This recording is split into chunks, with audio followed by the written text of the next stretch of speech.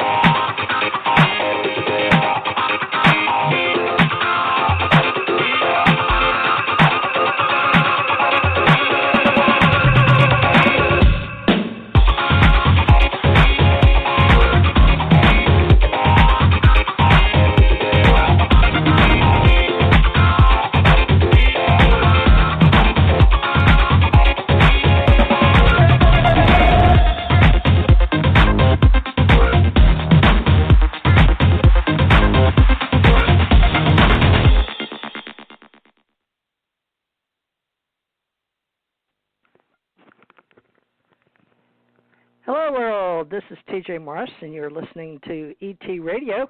Welcome aboard, all you ground troops spinning around smartly on the planet. We are here with American Communications Online, and we're going to be having one of our old friends from years ago back on tonight. It's been a long time.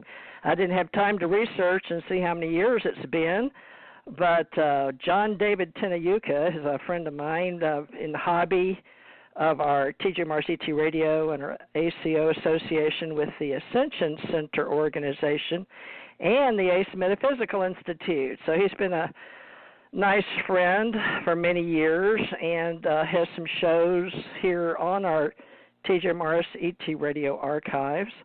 And we'd like to let you know that he's all about helping people and in service to others. And he helped us do a few events in California and Vegas in the past. And he's agreed to come on and help me tonight because I'm doing my best to get back reestablished in my company since my daughter died. And as of March 15th is the day we went, and she passed after midnight in the morning. And so it'll be a year. And so I'm going to do my best to help people that are in our professional association and our hobby association, and most of them get in touch with us on social media.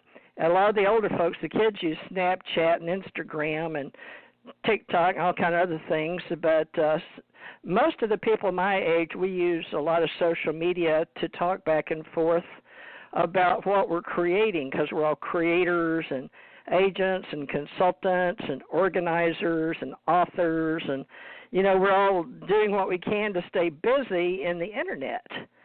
So what I'm going to do is John knows a lot about a lot, including business, helping entrepreneurs, and is an entrepreneur, but I believe these days he's retired, same as I am, and he's doing some work with people that want to get their stories out there. So he joined my ACE Folklife Association years ago and helped me, as I said, with ACO Association. So I put him under ACO Club tonight because Friday nights is by invitation only and mostly authors. And I helped him do a book, I don't know, in the past, but he is doing other books, but we decided not to publish that one at the time. We weren't quite ready, and my husband was sick, and then I gave that one back to him, so he's doing it himself.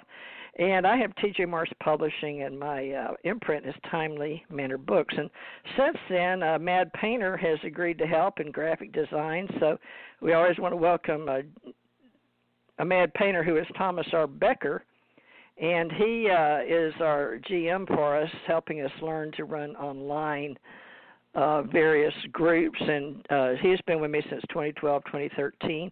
And then Janet Carroll Lesson of Hawaii, along with Tommy Hawksblood.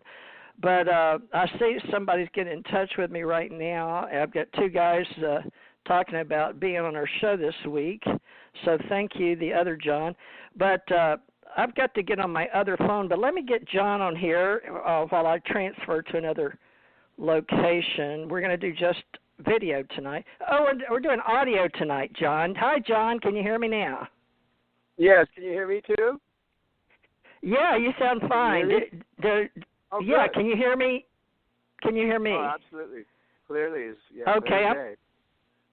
Great. Well, will you do me a favor? I have a buzz on this phone, but it's going through my home remote line into my TV, I have a feeling. So I'm going to switch to another phone while I'm listening to you. But would you go ahead and please, John, introduce yourself however you want to? Sure. I've got you up as ACO Club, and I don't have your picture headshot, but I'll try to get that from you later. But I'm going to go on mute and call in on another phone. I sent it on email, so it's there. Anyway, I got the Tenayuca, John. but I didn't get your headshot. I got your picture of your pyramid. Yeah, I sent it right after that. So it's there if you take a look. Oh, you did? Anyway, thank you. I'm going to introduce myself and take a look for the headshot, and it's there. My name is Thank John you. David Tenayuca, and I'm what is now called a Ascended Toltec Indian Master. I have July 4th, which is interesting, 2017, my gods came to me and told me that I'm not a shaman anymore. I was a born shaman. I was born to my dad in the lineage of 20 generations going back to the Tenayuca Toltec Empire and civilization that it was pre-Aztec. And then after that, we're post-Mayan. So we came out around after the Mayans went back into the mountains, and we took over as hunters, and then we created a civilization with two capitals, one in Chichen Itza, Guatemala, and the other one in Tula, which is Tenayuca in Mexico, which is at that time above 90 miles north of Mexico City. And we were the ones, we were the actual builders, the pyramid builders, after the Mayans built their pyramids. In Guatemala, we built Teotihuacan. We built all the Tenayuca pyramids, Toltec pyramids. There's an actual pyramid called Tenayuca in the city of Tenayuca, which was considered Tola, which was the capital of the Toltec Indian civilization. So what happened is that we have been more or less from the Black Jaguar lineage and have kept our lineage kind of underground from all the persecutions from the missionaries, the priests. And then the Aztecs conquered us in the year about 1300. And what we did is we migrated north to Texas, and there's a state park, an archaeological state park in Arkansas called Toltec Mounds Archaeological State Park, Arkansas. So it's ancient. What happened is they're all over the United States. They're actual Toltec mounds, but a lot of the Indians try to claim them as their sites, their monuments or what have you. But they're basically unexcavated pyramids. So we were all over North America, South America, and before that was there was also the Inca's empire, but we were the biggest because we had two capitals and we were pretty big metropolitan, and we came around after the Mayans, so we were around 1,000 years. We built the pyramids. Then the Aztecs conquered us, and then we migrated north, and then we became merchants and mercantile people that were doing business from Texas and Arizona and New Mexico, and then we went down south to we traded things. We were like business people. So then after that, I came into my dad's realm of telling me that I had to have a son. After 20 generations, it was time to have another son and keep the lineage going. So we've had to do that, and I was more or less really convinced and brainwashed and told that at a very early age I was brought here to Earth to have a son to keep the lineage going for the Tenayuca lineage and the Black Jaguar lineage. And it really was interesting because when I was born, I didn't realize that was my job. And it took me a long time to understand that until finally I realized that it was my grandmother was a matriarch. She was a Mayan Indian, and she was brought up by the German Lutherans. And then she was the one that trained. I was actually trained to be a head of the family. My dad was considered the modern Toltec king, and I was part of the royalty of the lineage, and I was brought up to be considered that I was more or less the prince. And so when he passed away, then I became the king. I had a son, and he was more or less the prince. And I taught him everything I know. And then he was explained to do the same things, to have a son. My grandmother, everyone counseled him, told him that he was supposed to have a son. So actually I have a grandson now, and it goes into 22 generations. His name is John Paul Tenayuca. And I brought him up at 2 years old. Till he was, I took care of him when he was 2 till he was 4, 6 days a week. And I bonded with him and taught him a lot of things. And then we got to really understand why we were there. We were there to bond and love each other and be a family, strong family. So it was really great. I really enjoyed everything. So then what I have done is I went into studies. I retired at 45 years old, and I studied my lineage and the Toltec Empire, and realized what the truth was all about. And I started putting it together in a book called Toltec Wisdom, Spirituality, and Success. It's in manuscript form, and actually, which is interesting, is that TJ helped me write it, and I finally finished it. And it was really interesting because the hardest part was trying to explain success, and the success part was, about how I pretty much could retire at 45. All that I've done, in life brought me to this realization of what it was all about, being spiritually awake. So I've learned from dreams. My dad taught me how to astral travel, and taught me telepathy, and taught me all the psychic powers, abilities that we have. And so I was very aware of my abilities and my psychicness. And so I got in touch with the spirit and the Native American beliefs that my dad taught me, and basically told me that you're the island of truth, and that everything else around you is a sea of lies and deception, and that you have to believe in the truth first, and that the truth is why you're here, and that you never lie to yourself, and always be honest with yourself, because the worst kind of lies you could have is to lie to yourself. Those are the worst kind of untruths and the lies that could they'll always lead to shame and disgrace and tragedy. So I was taught that real early about truth, and whenever I lecture, I get into being a humble spirit, speaking from the heart and truth. I also became, after I was ascended Toltec Indian Master in 4th of July, I was also told by my gods that I am also a Toltec Dream Master. And so what happens is I really understand how dreams work and why we were dreaming, what is the purpose of our dreaming. It's biblical too, and also it's very important that we understand our dreams. And if we don't have our dreams, then they're being stolen from evil spirits in the spiritual realm. And I narrow it down. I'm going to explain the simplicity of the binary system. I've studied math like a mathematician, and I understand how we work in this world. And I'm going to explain my theory in a way that hopefully will be understood. And my theory is that we live in a binary world, and our system is based on 0-1, and that's how the computers were established with the assembler language, and the machine language was 0-1, on or off. And when you look at the binary system in the binary world and how it is binary, everything is either night and day, light and dark. There's always two of everything, yin and yang. And it all makes sense, because then after that it extrapolates into scientific notation and quantum theories and infinity. And so when you get into infinity, you get into eternity, and you realize that there is a concept that the cosmos relates into the idea that everything is infinite. And then it's like you have to wrap your head around that and realize that there is an infinite number of possibilities for all things to happen. And you have to keep your mind open to that. And then when you understand how your mind works, you have to get into your third eye, which is the pineal gland, and understand that the mind's eye is the one that really sees everything, and psychic abilities come from the mind's eye.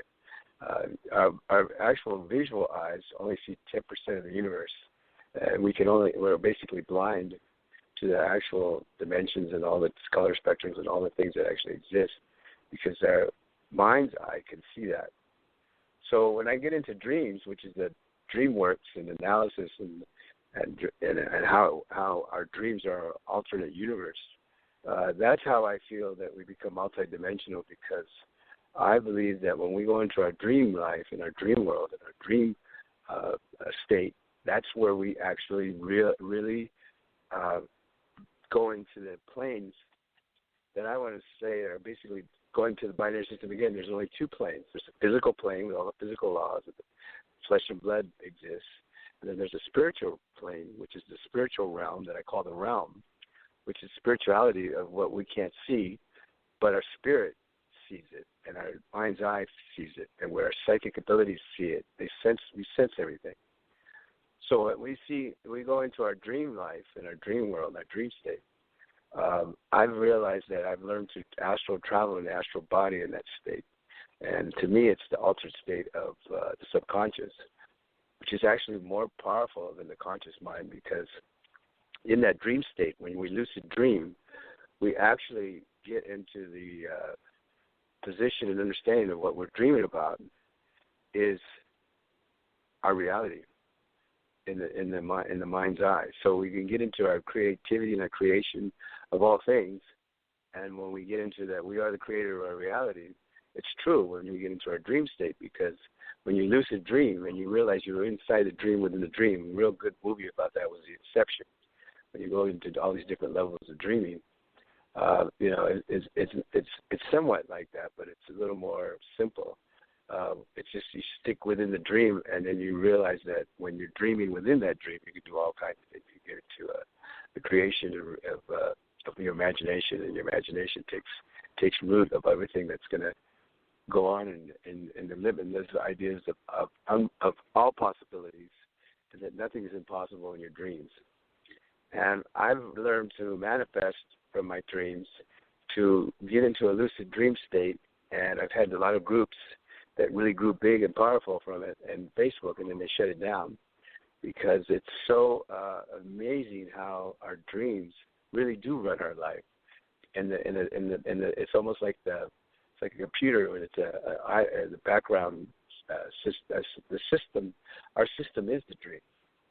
And when we dream, we have to have ownership of our dreams, and we have to remember our dreams, because we manifest basically our reality from our dreams, and we model a lot of things from our dreams. And in our dream state, we look into the future. And when we look into the future, whenever you have a deja vu, that deja vu is actually a dream you've had of the future, and then you're flashing back to that moment again. And then you realize, deja vu, yeah, I was here before, because you dreamt it. And so that's the deja vu moment of the clairvoyant dream that you had, and you realizing that from that clairvoyant dream, you're deja vuing into the future. And that's how that, I believe, truly works.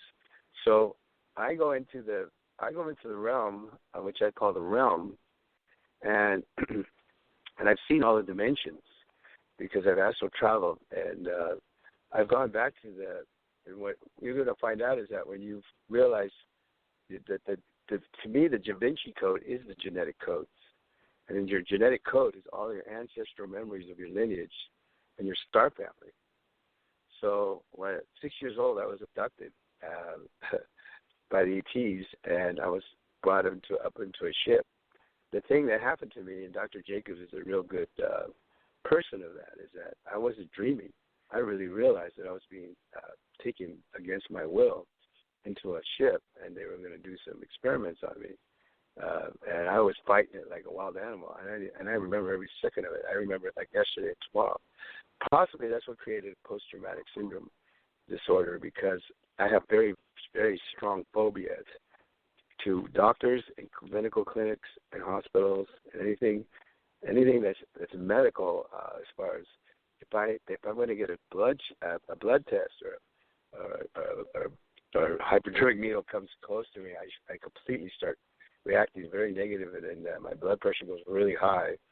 And a lot of times when I get my vitals, because I'm in a situation where my phobias is getting so much anxiety and panic attack, it goes up to like 240, and they think I'm having a heart attack, and it's time to call the ambulance. And I keep saying, no, it's a phobia. I spent 35 years in studies trying to overcome that phobia, and I can't. It's a very deep, dark, negative experience, and I can tell you why. Because during that abduction, and I sent the picture to TJ about the artist rendition of that abduction. When it came time for the big needle that was going to come to my head, against my will, which they had something strapped around, and they were forcing me to be subject to that needle. It was a big needle. It was like really, kind of freaked me out. And to this day, any needle that comes towards me when I get a blood test, I faint. I pass out. I just, And so what happened was this big needle was coming to my head. And now later on with Dr. Jacobs, I realized that they're extracting your pineal gland they're extracting from your pineal gland, because I understand there's a hybridization program they got going on. And from that hybridization program, they are using the pineal gland to try to put a soul back into a body, a hybrid body that's basically soulless.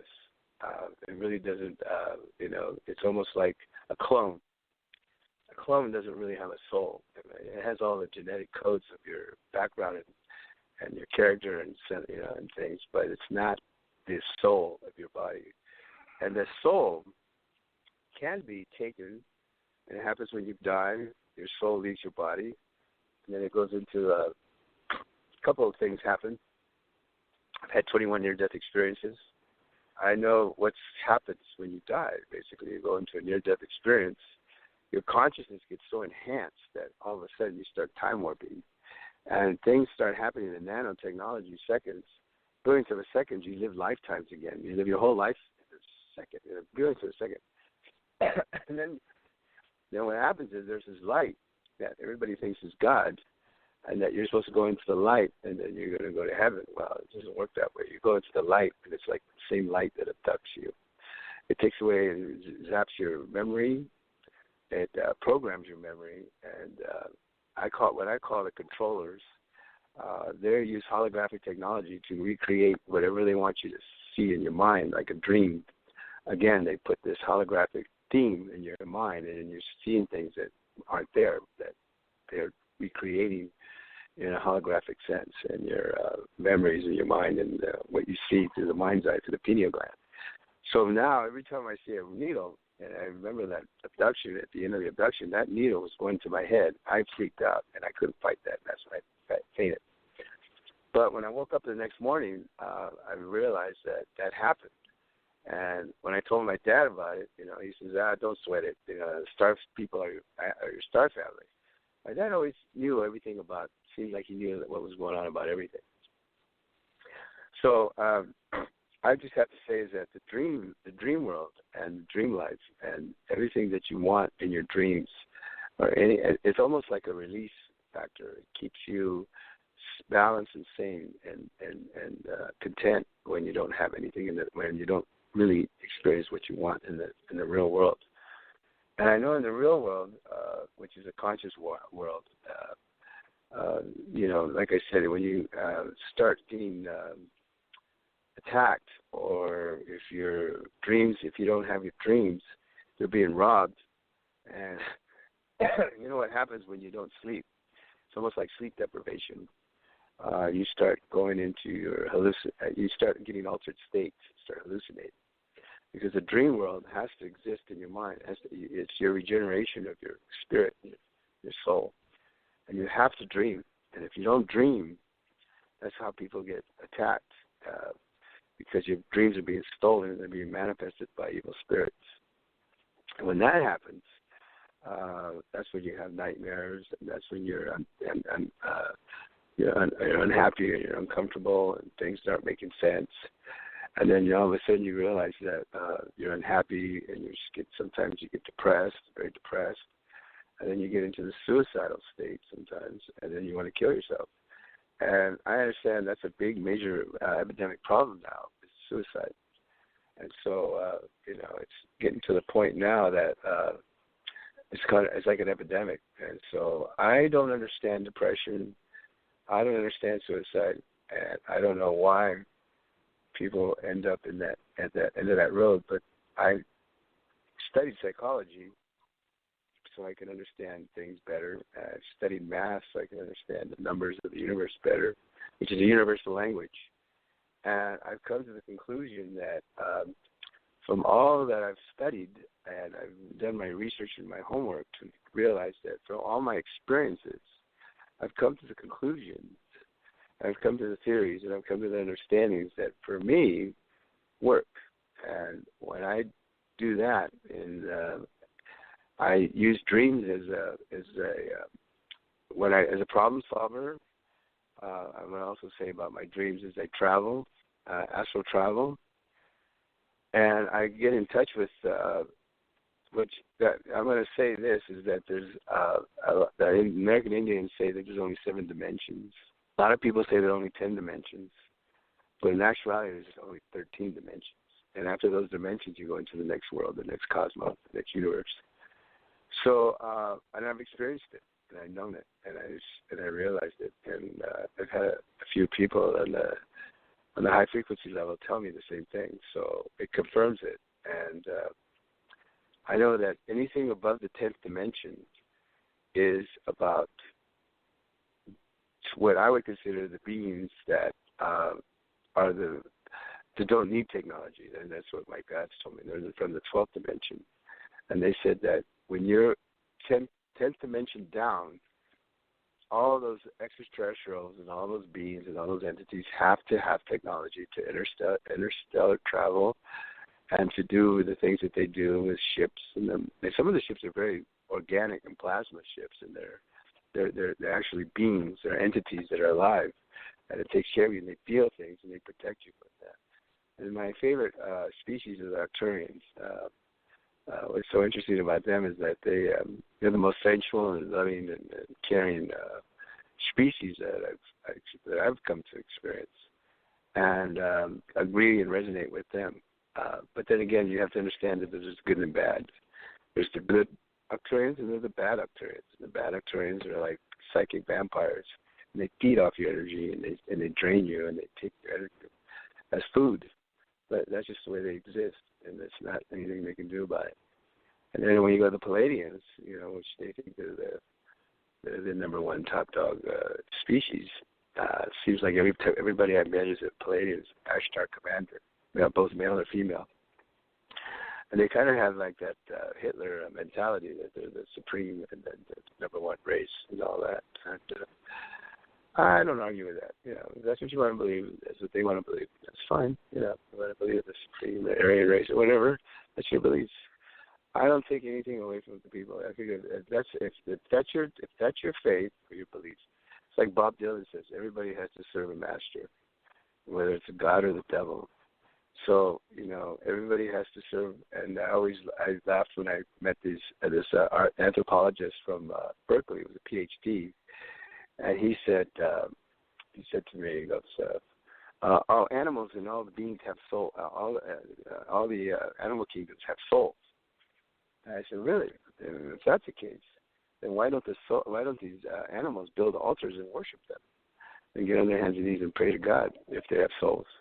Because all souls worship their master. So anyway, and I've come to that understanding. My dad told me a lot of things about everything. He never lied to me. He came from the Native American beliefs. He was the modern Toltec king. He kind of ruled his kingdom with an armed fist, and he was very, very, very powerful and very smart and very interesting, I have to say. I learned pretty much everything I know. He trained me to protect and how to protect myself and protect others that will be in the family, my sisters, everyone. And he taught me a lot of everything. And I pretty much don't want to talk about, what he's taught me, which is both good and bad. But all I could say is that I learned a lot from him. And pretty much he was always telling me the truth. And I accepted his truth. And I have always honored and respected him as my father. And I've never dishonored or said anything bad about him, because he did a very good job of bringing me up. It was very harsh and brutal, but he taught me how to be a man. He taught me the reason why I was here, and he taught me why I had to have a son.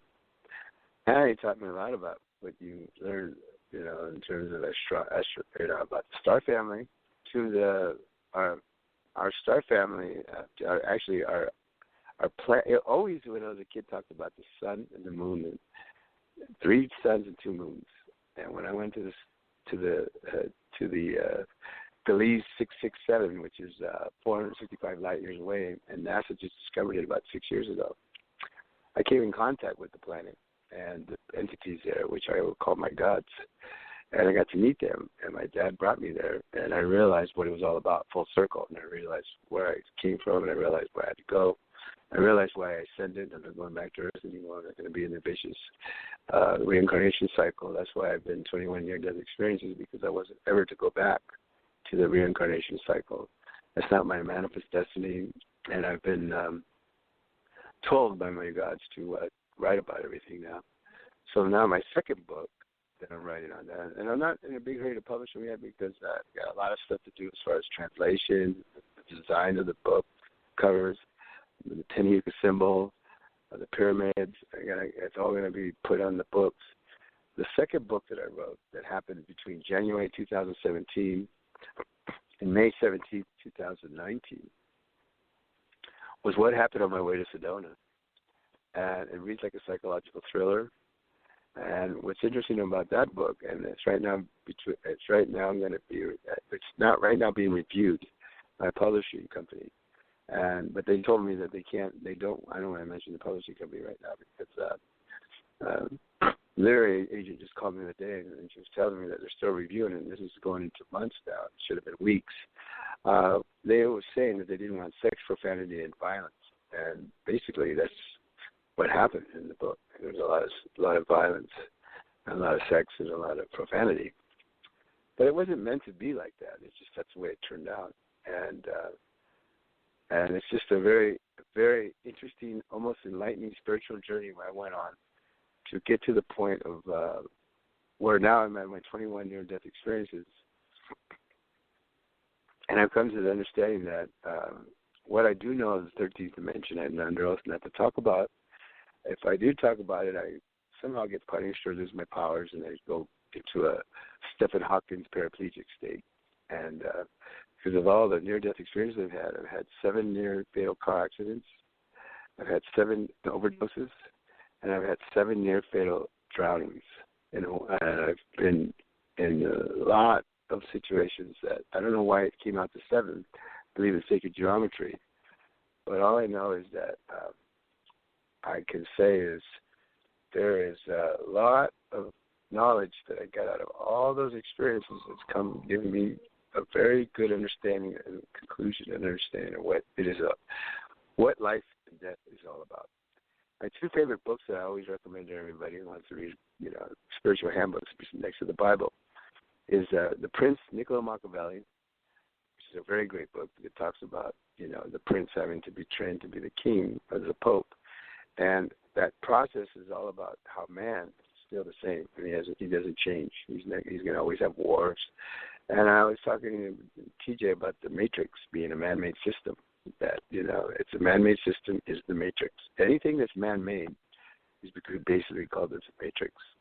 And so I've come to the conclusion that there is a lot of misunderstandings and a lot of understanding that can come out of knowing the difference between good and evil. I think get confused. There's confusion in what's good and evil. And I have an Indian story about that. And the Indian story I give is I'm walking in the desert with a horse no name, which has happened to me before. It was at total amnesia in the 1986 fatal car accident. I had total amnesia. I couldn't read or write for 2 years. For 2 months, I didn't know who I was. It was really severe. I had brain damage on my left side. And it was probably the hardest time of my life that I had to come back from the abyss and learn how to, and so one of my sayings is if in order to succeed, you have to remember how you survived. And that's been my motto for a long time. And then what does not destroy me makes me stronger, Frederick Nietzsche. Anyway, I know TJ was going to go off on the other phone, and I know she wanted me to talk, and so, she normally was going to ask me questions, but what I'm doing is I'm just going through my synopsis and discourse of what my reality is about and my purpose and understanding of why I'm here. And all the near-death experiences I've had to come to the conclusion of why NDE is what it is. And my goal and my objective in that I'm spiritually awake. If you're spiritually awake, I believe your mind's eye is wide open. And if you're spiritually blind, I believe it's closed and you can't see into the realm of what's going on around you because you're blind. And spiritually, if you're not blind, you can sense everything. So I'm going to see if TJ is on the line. TJ? Yes.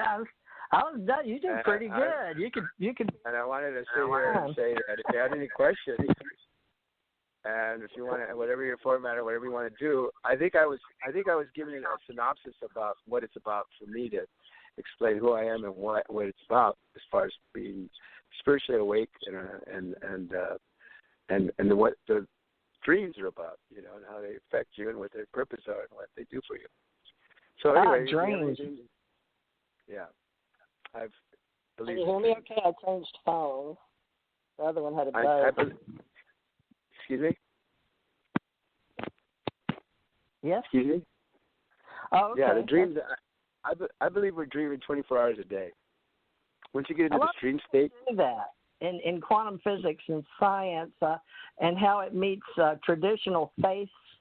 And Friday night, the universe put us together, folks. John and I are both into blogs and writing and content providing and articles and books and helping people. But I guess you could say we're in the ace folk life in America, but internationally, we've had some archives here if you're interested. But I think John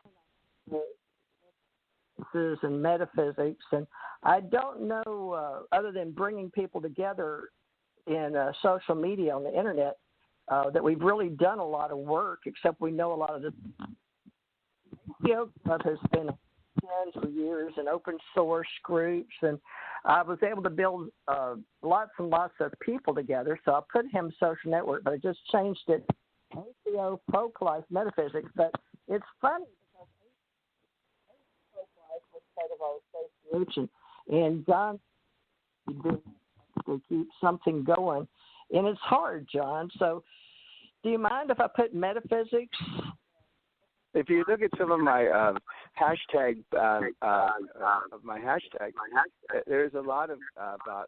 I consider myself a Toltec Indian master from the Black Jaguar lineage, and my pyramid is called Tenayuca. And what I consider myself is a philosopher, a cosmologist, a spiritualist, metaphysicist, and I think what I pretty much also consider myself as Native American and Native American beliefs about the Mother Earth and the Grandfather Spirit in the sky. And I really believe those elements. So that's what I would consider myself as, a Native American who believes in Mother Earth and the Grandfather Spirit in the sky. So I would say that from all my open-mindedness and my third eye and my mind's eye, I'm very psychic to the point where I could very telepathic. I'm empathic. I'm almost an empath, but I don't like to put my energies into that because I like to preserve my energies. I don't like to, and I believe in the life force energy of our spirit. So, but I believe that all our psychic abilities and all our psychic powers come from our spirit, not the soul. I consider the soul a very weak entity, just like the body. And I consider the soul the software that interfaces the mind and the mind, which is the spirit, spirituality of the mind, and then the body, which is the physicality of the flesh and blood. I consider those all kind of like they cross over, and that this is my secret. My secret to my power and strength as a warrior is that I believe in the spirit is very very strong, invincible, and immortal, and I believe the body is very weak as the soul is very sentimental and nostalgic. And if you read my favorite books, which is Niccolo Machiavelli, The Prince, and Screwtape Letters, C.S. Lewis with Screwtape Letters, you understand that there are little spiritual handbooks that I'd like to tell people to read so that you could get a kick out of how easy it is to just see how, heaven and hell work. So for me, I kind of put my energies into being a free will and a free spirit. And I don't like to be trapped. And I'm not into jealousy. I believe jealousy is a very dark energy and gets into emotional entrapment, emotional blackmail, emotional, extortion. I think jealousy is a very, very negative energy, almost like hate. But I believe love is the most powerful force of the universe. And I believe love is the healing factor that heals the spirit. And I believe that 528 megahertz is the most perfect frequency, perfect sound in the universe. And I've created people copied it on YouTube, so I very, very rarely put anything on YouTube anymore. But I took the church choir and slowed it down 800%, and then it became angelic, and it was very ethereal and esoteric. And I believe those frequencies heal and protect your spirit from evil, negative, low-frequency bombardments. And I have footages of that show how the frequencies come out of the TV, they come out of the outlets, they come out of electromagnetic frequencies that are created by a lot of different things, which I could even say, 5G is a frequency, or anything that's frequency on the level of gamma rays, all the different frequencies that we can read have, like I said, they have effect. Low frequencies are not really positive frequencies. Music and sound vibrations that go into the frequencies and sound frequencies, there's some good and bad, and so you got to be careful about which ones that you tap into, because some can heal and some can be destructive.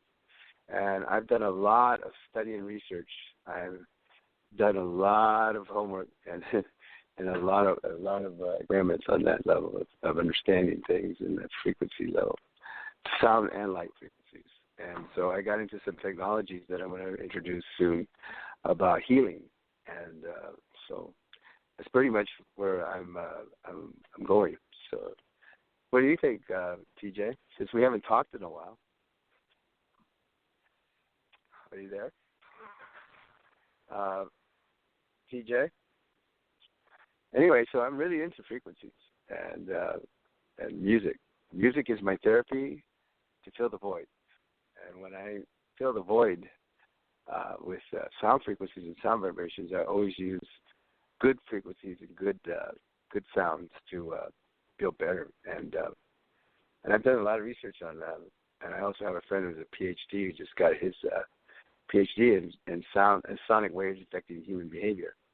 And he has a blueprint of an auditorium for in healing en masse, at least 250 people that you would want to put inside an auditorium where the sound frequencies would heal your spirit and your body with whatever ailment you may have. And it all goes back to the Rice theories of the Rice doctor, Dr. Rice, in the 30s. So now, you hadn't met Dr. Jacobs, right? I thought I had it on speaker and I had it on mute while ago, so I apologize, John, when you're asking for TJ. But the buttons, what can I say? I know you're there. I mute in between since I'm just doing audio. Yeah. But I appreciate you being here tonight. You did a really good job. Do you have your own radio? Excuse me? Do you own your own radio show, or I know that you were talking about meeting Dr. Jacobs, and then you help other people. I I have my own private. I have my private broadcast going on. Like you know how Periscope works. I was in the forefront of Periscope. I remember when I first joined it. What happened with Periscope is that when it started with it, and after it invested $20 million, so did Facebook. Facebook started live broadcasting, and everything I do revolves around footage and video. And so every time I'm in a private situation, I always have a camera on me, so I can capture some of the most interesting, most bizarre experiences you can imagine. I mean, I've seen things go on around me that are majorly unbelievable. And I have certain cameras with certain filters that can see things that you would normally not see. The technology unlocks some of the things that are in the realm that we can't see with our naked eye. But the cameras and the technologies and the filters can't. And I went to the eclipse. I went to Alliance, Nebraska, with 3 cameras, and I put the filters on the certain filters that I use with the beta. There were this software that I was using and experimenting with all these different vendors, try to find the right filters that unlocked it all. And I had 3 cameras on the eclipse. Camera had its own footage and its own way of viewing what happened in the eclipse, which was amazing. Because when I sit here and I try to study other footages of the eclipse, it's very hard for me that I've ever gone into YouTube to find an actual footage of the eclipse of the one that happened in 2017. And I was at the equinox. That's why I went to Alliance, Nebraska. I drove nonstop in a 2017 convertible Mustang from California to Colorado, Walsenburg, picked up some people, and went to Alliance, Nebraska so I could put 3 cameras up on tripods and film the eclipse. Now, what happened is the footage got lost in a fire that I wrote the book about that happened to me on Highway 5 when I was moving all my stuff to Colorado, including all my footage, and I had a lot of my artifacts and things that you can't replace anymore for flames. And when I saw the footage, and I took the footage of what was going on, because behind the fire, I saw entities that were there and made the fire become alive. And then I saw the gull-winged ships in the background, and I thought those are the ones that started the plasma fire. They were using plasma rays to start fires. So I blamed those ships and starting Napa fires. And then last year, in 2019, I was leaving Ventura when the fire started again for Paradise. And the fire started in Paradise at a fire they say they were in a campfire, Paradise by Sacramento. And what's so strange is that they said that the same fires that took place before in 2017 was the same. It seemed like there was a design behind the fire, and what it was supposed to make way for something in the future. I've gone through Nevada, which was another mind-blowing experience for me. That I went through Nevada in 1993, 91, and I've been through Area 51 when it first opened, and it wasn't really the way it was now. But at the time when it first opened, I saw this being right across the street, right across the freeway from Area 51, and I had a carload of people. I was going from Reno to Vegas, and I was on that freeway, which was like 93 or something. We didn't even know what it was. Area 51 hadn't even existed yet, and there comes this being running across the freeway, and everybody goes, "Did you see that?" And I go, "Yeah, did you see that?" And it's exactly the same being. That the legs are backwards. They're backwards. I don't understand. And I've seen this being before, going running across the freeway at other underground military installations, and I don't know why that being has to have those legs backwards. And that's what it's about. That you say that. It has something to do with the folding and how they travel. Yeah.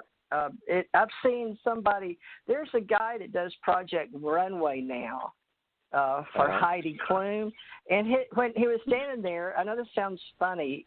I guess it's just how my brain thinks. But on the movie, you know how we watch television, our programs, our friends of ours own programs, and he was one of the winners. But he now does the shows as a mentor. And when he stands and they showed him silhouette, you know how they'll do, just from the camera's point of view, and you and I both use cameras, but his legs reminded me of that. And it's odd that a few days later, after my brain recorded those folding legs backwards, it's mentioned that study synchronicity and serendipity. But I wonder why that's up. You think it's a ET thing, or it's just we know ETs are on Earth and we are ETs and we're on the little orb spinning around in space, so we're all alien and we're all in space. So we're space aliens. But what is that about? I believe they're part of the insectoids. You know, the ones that are they look like praying mantis. There's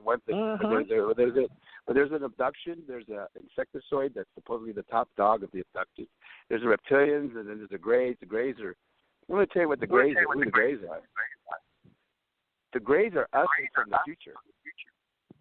We have been so cloned. We got into the transhumanism agenda, and we took the mother out of the nuclear equation of the family, and then we got into this cloning process where we became so cloned we became sterile. And then what happened was our race started going away, and there was no more of the normal reproduction process because we thought we were God doing the cloning. So now the Greys are coming back with the help of the insectoids, which are still, I guess in the future they still exist in that state. They're trying to correct the mistake of the transhumanism agenda that they have made right now as we speak. That's what the whole hybridization program is about. That's what I told Dr. Jacobs. He didn't know what to say because it was like so out there, my idea. Trying to correct the transhumanism agenda mistake of cloning us into sterility like donkeys. That's what I think. That's my theory. What do you think, TJ? Well, they're humans, but they're small humans. Some of them hold this head, right? Mm-hmm. That's my assumption. If you look at them from the side, you can tell because it's like there was some in one of those movies, like Contact, or with who is that guy? Smart Manly Man. What is that actor's name? Anyway, he was in one of those sci-fi movies, and they had those beings, and they popped their legs backwards. So that's what I've envisioned in my mind, right? And that's what you're talking about, right? They ran across the highway, and instead of their knees forward, they somehow explain what you saw. What I thought. It's like they could go either way, right? Grasshoppers, or they pop them backwards. Yeah, exactly. Right? I think they're from the insectoid family, the ones that supposedly part of the abduction process, and they're the ones that run the show because they're really strong-minded. And I think so it depends on the egos of the people that are programmed in their biologicals, because some of the egos say the insectoids run the Greys. And I've worked with humans that are called Andromedans and Nordics, and they're peace lovers. But they, the ones I was trained with when my husband was alive, the Greys said that they're, at least this was my indoctrination, that the Andromedans worked with the little Greys. I know there's all kind of people that talk about the Greys, but we'll talk about the ones from 47. That their planet was destroyed by some big Wolverine wolf guys like. They said Gene Roddenberry was part of the Ennead 9 in that take-in when they had Werner Erhard and I don't know, Ron Hubbard, and all these people were sort of briefing on the past, our ancient cultures, right? Of course, kids today, it's all over folklore. But they were being briefed on the various kinds. And some of the Greys' stories intermixed, but somehow the egos back in the days before we had the internet, where they were putting together the various types of Greys. And that's why I want the folk life history, because traditionally we have all those from, hundreds of thousands of years, and the Sumerians and the Anunnaki stories. But what about those that we do study in today's passed down, not just ancient wisdom, but now, I don't know if you've researched it, but who believes the insects, like you say, like a matter of fact, And a lot of people say matter of fact. Now, me and you have died, so we have our own, what we've heard and experienced here, written, which is just oral written tradition. But then what about that goes back to the soul? And maybe, let me ask you, because it's asked to me, where do you get your story from? I mean, if you saw them run across the road, did you go back and reflect on any past life experiences? Because No. All you know what? types. I'm a walk-in. TJ, I never told you this, but I'm a walk-in. Okay. A lot of people said that's what I said. I said in the 80s I was a walk-in because that's what Ruth Montgomery told me. That's back in the day in the early 80s when I was just sort of waking up after the 60s and 70s. But walk-in, that folks, you can be born here, but then you can still have an awakening. And then we have another conscious. But a lot of people that are interdimensionals have awakenings into different, we call them different personalities. It used to be bipolar personality or 7 like Sybil. But now in science, we're discovering everybody has various levels that check in and out. I guess it'd be programs. You download some and others you bring in. But explain then walk-in and personality traits, because we're talking about grays, but it's you and me, and we're in human form. But I'd like to know your history. Why? Because remember now, we're talking to people that can't see us in audio, but I'm really glad that you brought up or evoked in metaphysics those beings running across the road in Vegas. Because I've seen those I saw them twice. And then I put it in human form. Can you help me out here? Because, you know, you see grays, I see grays. People work with grays. But I've never really come across very many insectoids. Now, I have been seen humans with insectoid, what would you say? Like the guy that looks like I've seen them pop their legs back and forth, and I can't do that. So, and you think they're insectoids. But you also think that they rule over the grays, and the grays will disagree with you. But that just depends on if you're talking to a gray or insectoid, I guess. So I understand that. I understand that. But if you listen to Dr. Jacob, philosophy. Dr. Jacob, how did you come across that information? Well, part of it was confirmed by Dr. Jacob. And so I listened to his stories, and another one was Laurie McDonald. She was a regression person like Dr. Jacobs, and they use hypnosis to bring people's memories about their abduction experiences. And what happened is I don't have to be hypnotized to know what happened because I remember it like yesterday. And my understanding and my thing is that we have all these different species that have been genetically engineered into hybridization programs, and I believe that the reptilians come from the kind of the lizard family, and then you're going to have some hybrids of insectoids that have come from the insect family, and I believe there have been all hybridization program has made them genetically from back in Egypt when they used to put the different heads on different bodies and different, animals and different, human bodies and stuff. I think they've been experimenting. And then I was over at Colorado when I was in the and I'm going to tell you, this is where it comes from. My understanding is that I was in the what I call the triangular UFO valley of where they had the cattle mutilations, and I saw and felt in the sky all the different bases, the different species, the different ships, they were all assembled there. And I felt what they were doing. And then I was in the Phoenix Lights in I think it was 97 or 1993. It was 1997, November 13th or something. I was there with my 2 dogs.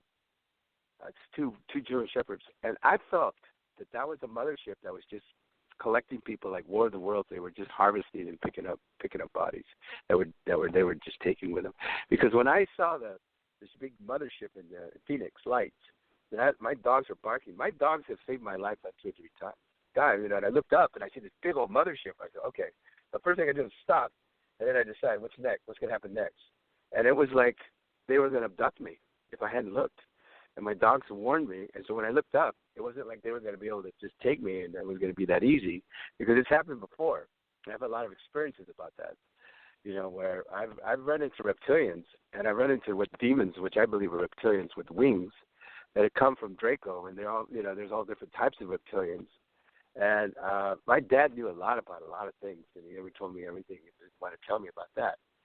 But when we went to Hilo, Hawaii, and I'm going to go back to the insectoids in a minute, but I'm trying to give you the big picture of what I've experienced to come to these conclusions. And it's not something that I'm going to retract. It's something that I've experienced, and I've come to the conclusion that this is what it is. And I've been able to understand it, and with my clear mind and free will and free spirit, not brainwashed and mind controlled or MK Ultra or anything else to be disturbing my mind. I know exactly what I saw. I know exactly what I've seen. And what happened when I was in the area 51 and I saw that thing run across the street, the freeway, like really fast, like 100 miles an hour, it was like it was running for its life. I went with my group of people in the car that I was driving. I was driving a 69 a Landau T-Bird. It was really nice, big, and we all saw it. My party of people that I was driving in there, I said, "Did you see that?" I go, "Yeah." And what I did is I went up the road that it came from, and when I went up the road, I drove up into the area 51, didn't know what it was, and they didn't even really have that many signs yet, like they do now. And all of a sudden, these big 4x4 Ford trucks came around, and these guys in these white coveralls, got out of their trucks, and they surrounded me in the trucks, and then I slowed down because they had me boxed in, and they pulled out and they came out with these automatic, like, I don't know if they're M16 rifles or anything, but they're automatic rifles that they were ready to shoot, and I was like, okay, everybody stop. And everybody got freaked out, and I just said, just chill, don't say nothing. So what I did is I slowed down and stopped, and I looked at all of them around me. There was about 10 trucks, white trucks, with white coveralls, and these guys came out with these rifles, automatic rifles, and they were all clicking them like they were all, jamming into the. And then I just sat there and I looked at everything, and everybody was like, are they going to kill us? And I said, just shut up, let me think. And then I just put the car in reverse and idled out real slow. And I thought, if there's any in my direction that they point those rifles in my direction, I'm going to floor it. I'm going to come out, get out of this damn space I'm in. I'm going to rear end the truck, get it out of my way, and I'm going to hit the road. I'm not going to get stuck and get executed like that. I thought I would, like everybody else thought I would. So I came in reverse, and instead they moved out of my way. And then when I got to the freeway, I was so adrenaline pumped because it was so. I was fight or flight, and my adrenaline was so pumped that all I could do was punch the car. And I'm in a 69 T-Bird, Landau, which was a two-door coupe. And I just punched that thing, and that thing went 140 miles an hour, man. And I drove that way for like halfway to Vegas because I was so unbelievably charged with that moment of life and death. And that was my experience. And that thing that ran across the street, the freeway. And I said to myself, he was trying to escape for his life. He escaped with his life. Whatever he was doing was to escape, to live, and was running for his life. When you brought up the weapons, it reminded me of sitting in Denver and saw something like that and I would never put this together, John, if the universe hadn't put us together today. So remember, I use synchronicity and serendipity a lot, but see, you're helping me evoke memories that normally, how so many of them just fade away or you don't share. But this is just off the cuff. That to me, why I do radio and archiving for us is because it comes up, you forget about it. It doesn't mean you're lying. It just means the memory is somewhere in your houses or rooms. And I'd love to go into that because I love neuroscience in the brain. But what happened is I was sitting at I think it was TA when I was driving a big truck, and I had to deliver to Denver a lot. And in this big hole, they were building the new airport. And my husband and I were sitting inside the TA, and all of a sudden, all these men in gear, black gear and machine guns, when you said gun, I saw this vision in my head. I remember sitting there and seeing these men run in, and people didn't even see out the windows. And I thought, surely I'm not seeing this. But it really was. I ran into I didn't have a cell phone then, so it must have been, in the 80, it was 2090. It was during the Phoenix Lights area, 98, somewhere in there, because that was my grandson's birthday. He wasn't born yet, but they brought him down 3/13/97. He was born 2000 or 1999. Anyway, when they were digging that deep hole something had come across. You know how they put up the wire around the interstate, because interstate was between where I was sitting and where they were building the deep hole, and we'd been watching it for months, right? Coming in, bringing stuff for the building the airport, but something ran into that. They came into the truck stop, so finally I went to the payphone, called the FBI, and they didn't know about it, but they showed up later because I called and came in a few suits to talk to me. And what the cover story was, all the men in black with the machine guns raided the truck stop because I think they were looking for something having to do with because we were talking as truck drivers about the big white light or UFO sitting down in the at the hole. So I wondered if they were bombing or when they were digging the hole. You know how we dig underground? We have lots of underground places. If one of those, like back in the day, got out or something. But have you ever heard of anything right there in Denver? Well, but that's what you make me think about. He was running for his life, right? So something and was running for its life. And it was in some kind of covered black garb, but it wasn't one of them. So I got confused. So I don't know what I saw, but neither did anybody else. So the men weren't too long before they were running in. So I think something strange come in the front door. I went ahead and sat down. And then later on, these guys, and it wasn't 5 minutes from the time, you come in the back door and sit down. But one of the FBI guys says that they said they were tracking some guy that came in with a truck driver. But I didn't know. And then another two men that were not FBI, they were like men in black or something, but they came over and were talking to a man and his son that said they saw something and I was trying to find out, but my husband was making me, come on, let's go and get out of this craziness. So, on the phone. I don't know what they saw, but my husband wouldn't allow me time. I just happened to be there. So you got the feeling that this thing was running, and people had guns or not with you? No, because they did. They were fully armed with automatic rifles. Yeah, they were armed. And everybody there thought we were going to get killed, shot at, and we were going to die.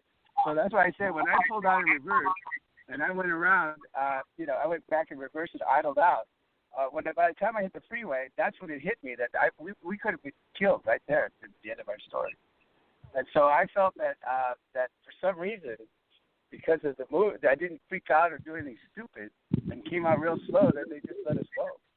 But it was almost like it could have been a life or death situation where my adrenaline was so packed, it was so high. It was like I felt like, that we could have got killed right there. I mean, it was a life or death situation. And I don't. My brain's having trouble. But my senses get that high and that strong. It's life or death. I really felt that's what was going to happen to us, and that's what. Yeah, I got that rush too. It's an adrenaline rush because my brain was trying to put together what I saw, and several of us started getting together in little groups after all the ruckus happened. In between, my husband wanted us to leave. We were running, trying to check in each little group. You know how there were like civilians that drove cars. You've been in a truck stop before, and it was a busy time between 2 and 6, afternoon. But to have the guys come up with the guns, and my husband said, because he had his back to the door, but he didn't see him until I pointed him out, and he didn't believe me. And he was looking right at me. So, and he was a spy, CIA kind of guy, right, in and out of the country. So he didn't. He was like, I've never seen like here, so you can imagine it was very shocking to see what we were seeing. But well, now where were you? Because I was at a truck stop across from the Denver airport being built. You were in Las Vegas or at Area 51 No, I was outside in the gate? 51. I drove into Area 51, the actual Area 51. I mean, that thing that ran out of there ran out of Area 51 and was running for its pure life. It was running to not be killed. And that's were you in construction then? What job did you have? It was just that one road. There's only one road if you go to Area 51 that goes into that airfield. and it's very simple to get in. You don't have a bunch of in and outs to get in there. That was the one that it seemed like it was open. Because they've had that gate. You know, we had the big Area 51. I'm talking about in the early 70s, in the 70s. Yeah, this is a long time ago. That's why when I heard about they were going to have that Area 51 was going to be invaded by those people, they were going to go there, they were going to rush it. Yeah, we're doing the run. I gave that story to everybody saying, if you go in there thinking you're going to do that, they're going to blow you away for trespassing and think you're a terrorist. And they have the right to do that. And there's no reason why you would want to go into a private, restricted area, military area, thinking you're going to bum rush it like an idiot and walk away alive. They will turn the automatics on there, to anybody for going against. Yeah, we changed that. I mean, that's just the law of the land. And the law of the land, any government comes down to the barrel of a gun. So if anybody goes there, it reminds me of the couple that went to Taliban, the Palo Alto couple, about, I don't know how many years ago, 5 years ago, during Obama. And she's saying they're saying, and they just got married, whatever they were doing, they said there's no such thing as evil. So they go to Afghanistan and they're bicycling through Taliban.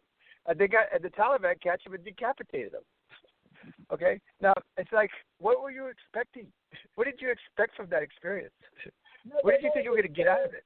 That was a guy that was form Area 51, but he got a lot of hits. And you know the story, right? The form Area 51 started on Facebook as a joke. Oh, I got the whole write-up. I got the whole write-up and everything, and I just thought to myself, good luck. If you think you're going to go bum rush into Area 51, even today as it is, you're asking me to kill. Yeah, his name was Robert. He created that in June, but the date was September.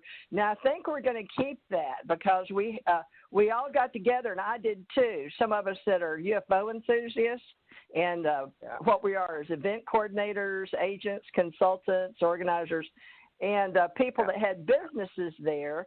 We promote Area 51, but we promote the museum and events. So the guy took it downtown with probably your friends that have some of the hotels, and that was good. So they had a party in town, and then they also had out the lady that has little alien. I forgot her name. Darn it. For some reason, I can't think tonight. But anyway, I think I was telling you, that's what I want to do. It's odd that you vote that. I want to do that. It's September. I think we're going to do it again, right? Every weekend of September 20th. But what it is we're still going to have music. It's all right. It's like a Roswell. It's like Roswell. Yeah. It's all right to celebrate it or talk about it and all that. But if you think you're going to break the law, and like I said, the law of the land is the barrel of a gun. That's the way it started. You're going to bum rush a restricted military area. You're asking to get your head blown off like the Taliban cut the heads off those people that were not believing there was such thing as evil. Okay, I mean, you're going to get your head knocked out. Now, if you can't understand that, if you're really acting ignorant, like the two married couple that went from Palo Alto, they didn't talk about it very much. I mean, there's no reason to think that you could get around the laws of the land and the way the rules work and think it's okay, because it's not okay. You're asking to get killed, and that's what you're going to get. And to me, it's like, why do that? It doesn't make sense. It's okay to celebrate something and recognize something, but it's not okay to go against the law and break the law and get your head blown off doing it. It's not okay. And I've been to the military. I've been to the underground military installations, okay? And there's 125 to 150 of them in the United States. And Elon Musk, with his boring company, creates a lot of that atmospheric HARP style that everybody thinks is military. And all he's doing is he's just digging underground all these tunnels and all these caverns and all these cities, and it creates that noise in the atmosphere. And that's what I've come to the conclusion of. And so, and Elon Musk is making big bucks doing that. He was going to create that loop-de-loop or whatever in Chicago and was going to get $1 billion contract with the federal government, but it was too far-fetched that nobody could, get into it. But, I mean, Elon Musk is not stupid. He really knows what he's doing, and I tip my hat to him. But I don't think he's the golden boy that everybody thinks he is. And I think he's up to making money, and he's doing the right thing for himself. But, as far as the noble things, like even Bezos, and all that. I don't know what it is that, it's like Alexa, okay? I have this little post of Alexa, but this guy goes and he has Alexa there, does all these murderous things, and then the police come to his door, and then because he told Alexa, because Alexa was saying something, shut the hell up, or something, then Alexa started showing the TV and all the footage and all the things about what he did illegal and wrong that, the police arrested him right there. And then Alexa says, don't you ever tell me to shut up. Shut the hell up. It was a great post. I loved it. So I'm just saying, it's like there's the good and bad and the ugly, and you got to always keep track of it all. You just can't say it's all good. Well, can't we keep track of it with our group, you and my group, the ACO International, because it got the UFO business and marketing, because, we're all about society and social, economics, and the environment, but yeah. I'm losing you. You hear me, right? Because if so, I was going to say that I was at those military installations in the Dual City in New Mexico and all that, and I feel the energy that it's not good. And I feel that when you're trespassing and you're doing things that you're not supposed to be doing, they almost have the right to take you out. And so it's like if you're asking for it, like Lawrence Livermore Lab, it's if you're going to places that you're not supposed to go, you don't go there, and you stay safe because they're protecting it. It's like it's secret. It's a secret installation, and it's meant to be secret, especially when it comes to weapons and stuff like that. So to me, it's just better not to go mess around with that kind of stuff, and it's safer not to do that. I mean, if you see military all around, like in Mexico, you go to Mexico and then you go visit, some resort and all that, and you see all these militia with M16s on the beach and all that stuff. For some reason, it doesn't feel comfortable to go out there and think it's safe with a bunch of militia, 16-year-old militias in M16s wearing black fatigues with all these black Suburbans sitting around. Somehow it doesn't feel safe to me. So, and some people would feel safe because they feel like they're protected or whatever, but, around me, there's something that it's opposite. I don't feel safe. I feel like there's something that's going to go wrong, and it's just better not being there. So I don't. To me, I'm not a whistleblower or a conspiracy theorist, and I'm not trying to make these things up to buck the system. It's just what I believe is true. So and I very rarely ever retract to say that, what I'm saying is not true. And I've heard a lot of people say things and embellish the truth, thinking that it's better to keep lying about it because you can get more interesting information and make more money doing it. To me, it's like enough's enough not telling the truth anymore.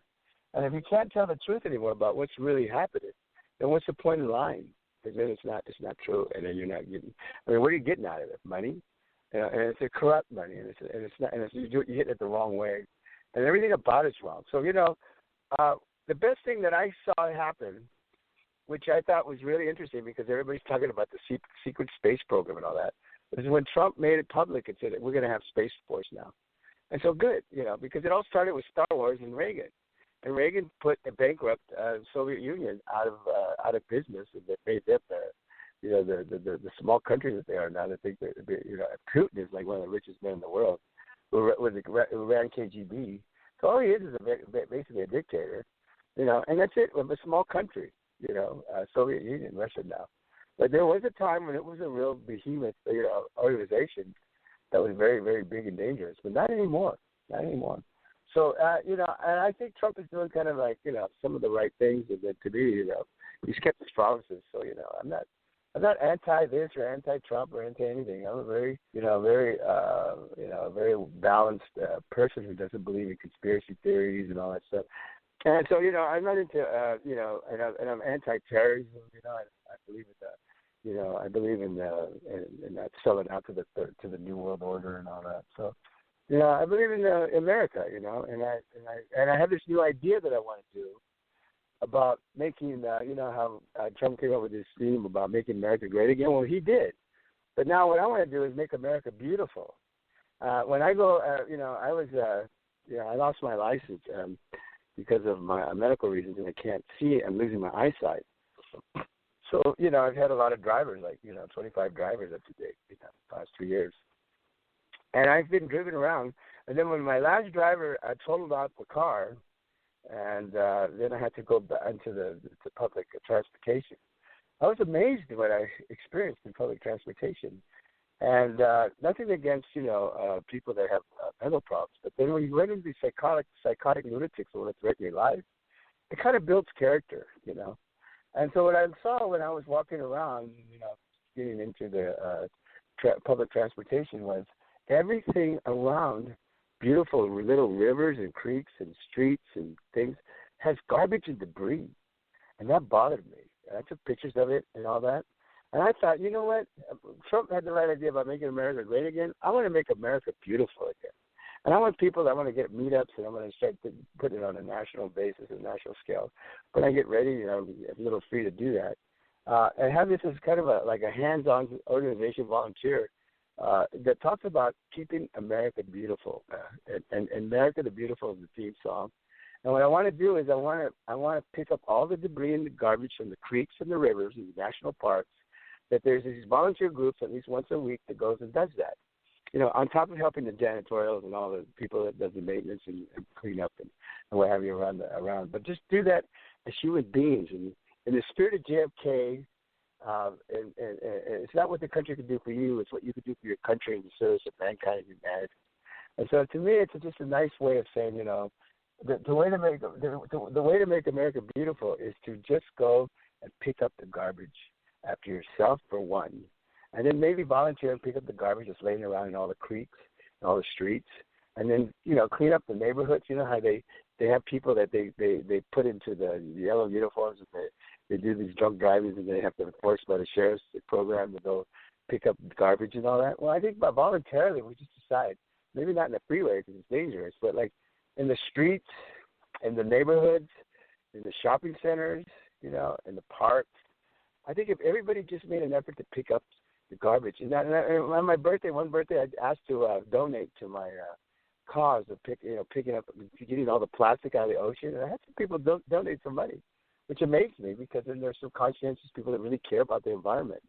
And planting trees, instead of taking them down and putting them back, As a Native American, I just have this feeling that it's going to be my new agenda platform.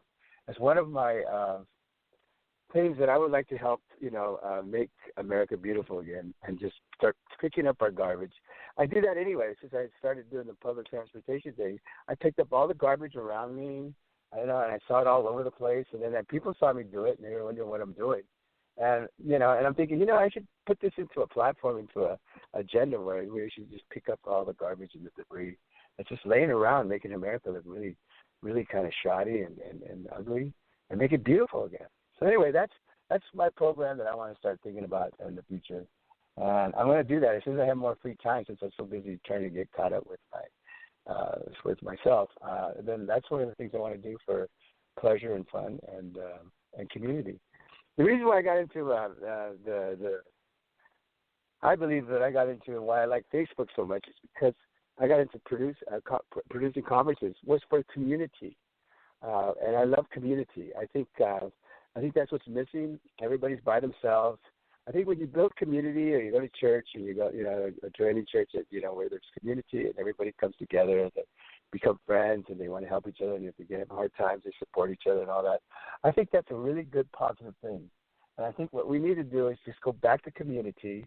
There's nothing wrong with Facebook until they get onto that technology like facial recognition, if they're selling it to third parties. That's wrong. And a lot of things like Facebook does is wrong. They fact check with these CNN reporters on scientific things that they know nothing about, just to downgrade everything. But they're doing better now, because I guess they figured if you can't beat them, we got to join them. So anyway, that's one of my things that I want to do. I wonder if that's so far-fetched. It doesn't matter. At least it's the idea that counts.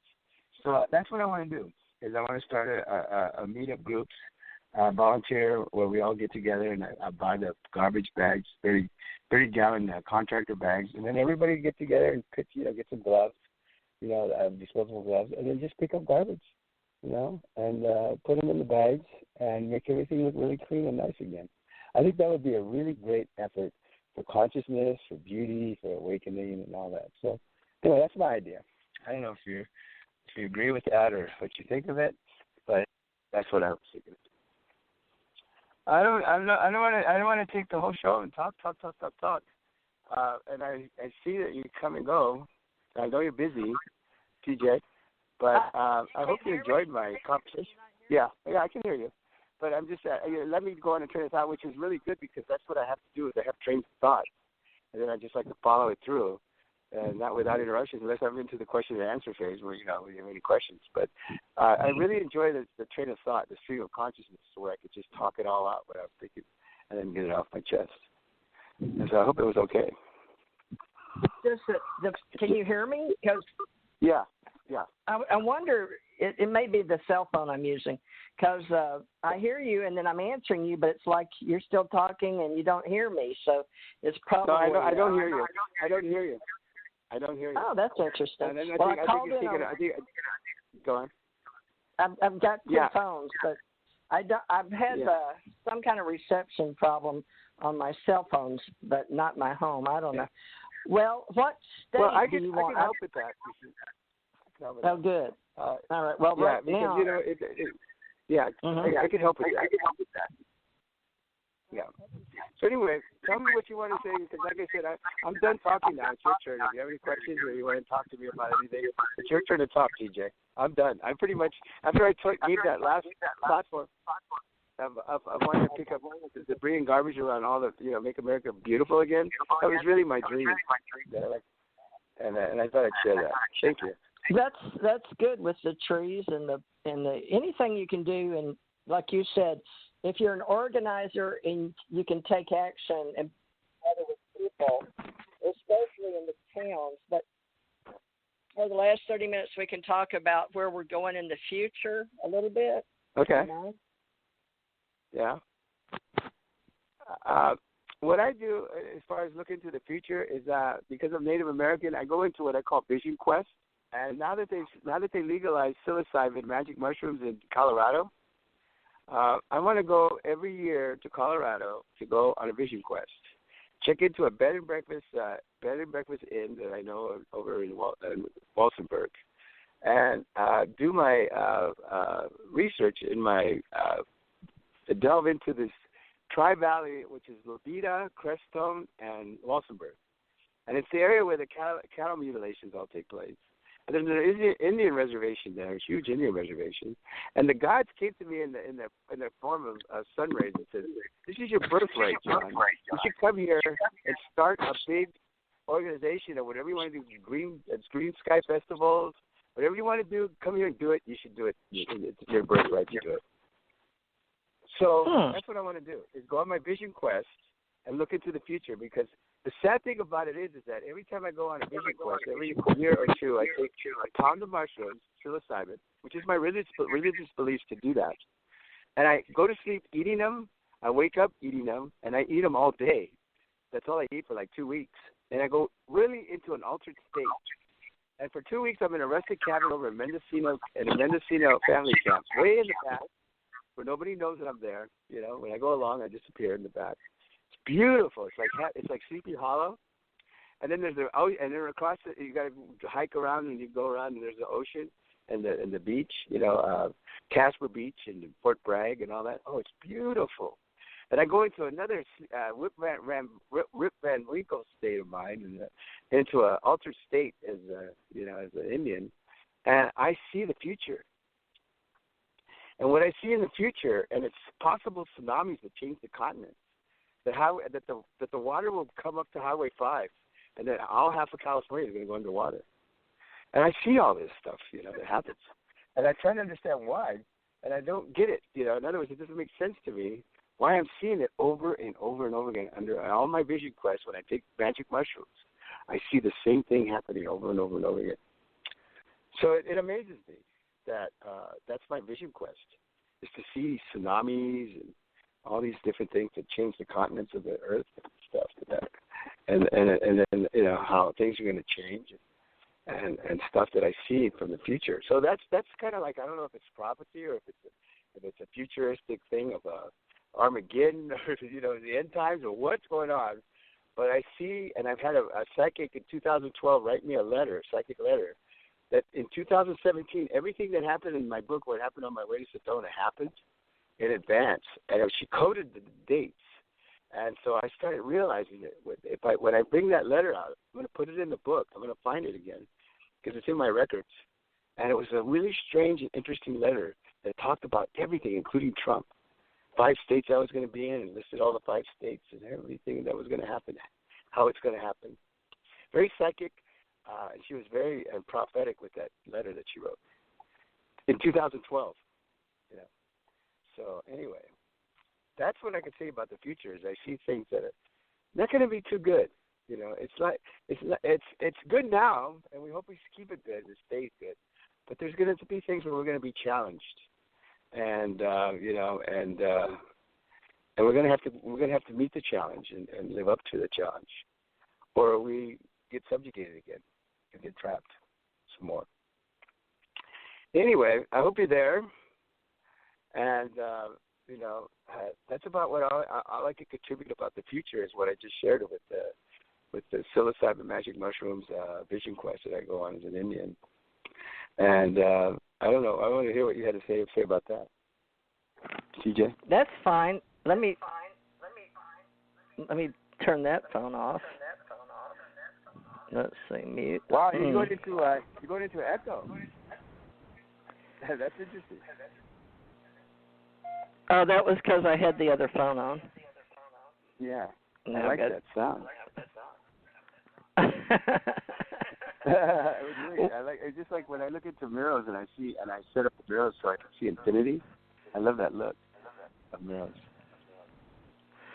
Well, you couldn't hear me apparently on the cell phone very well.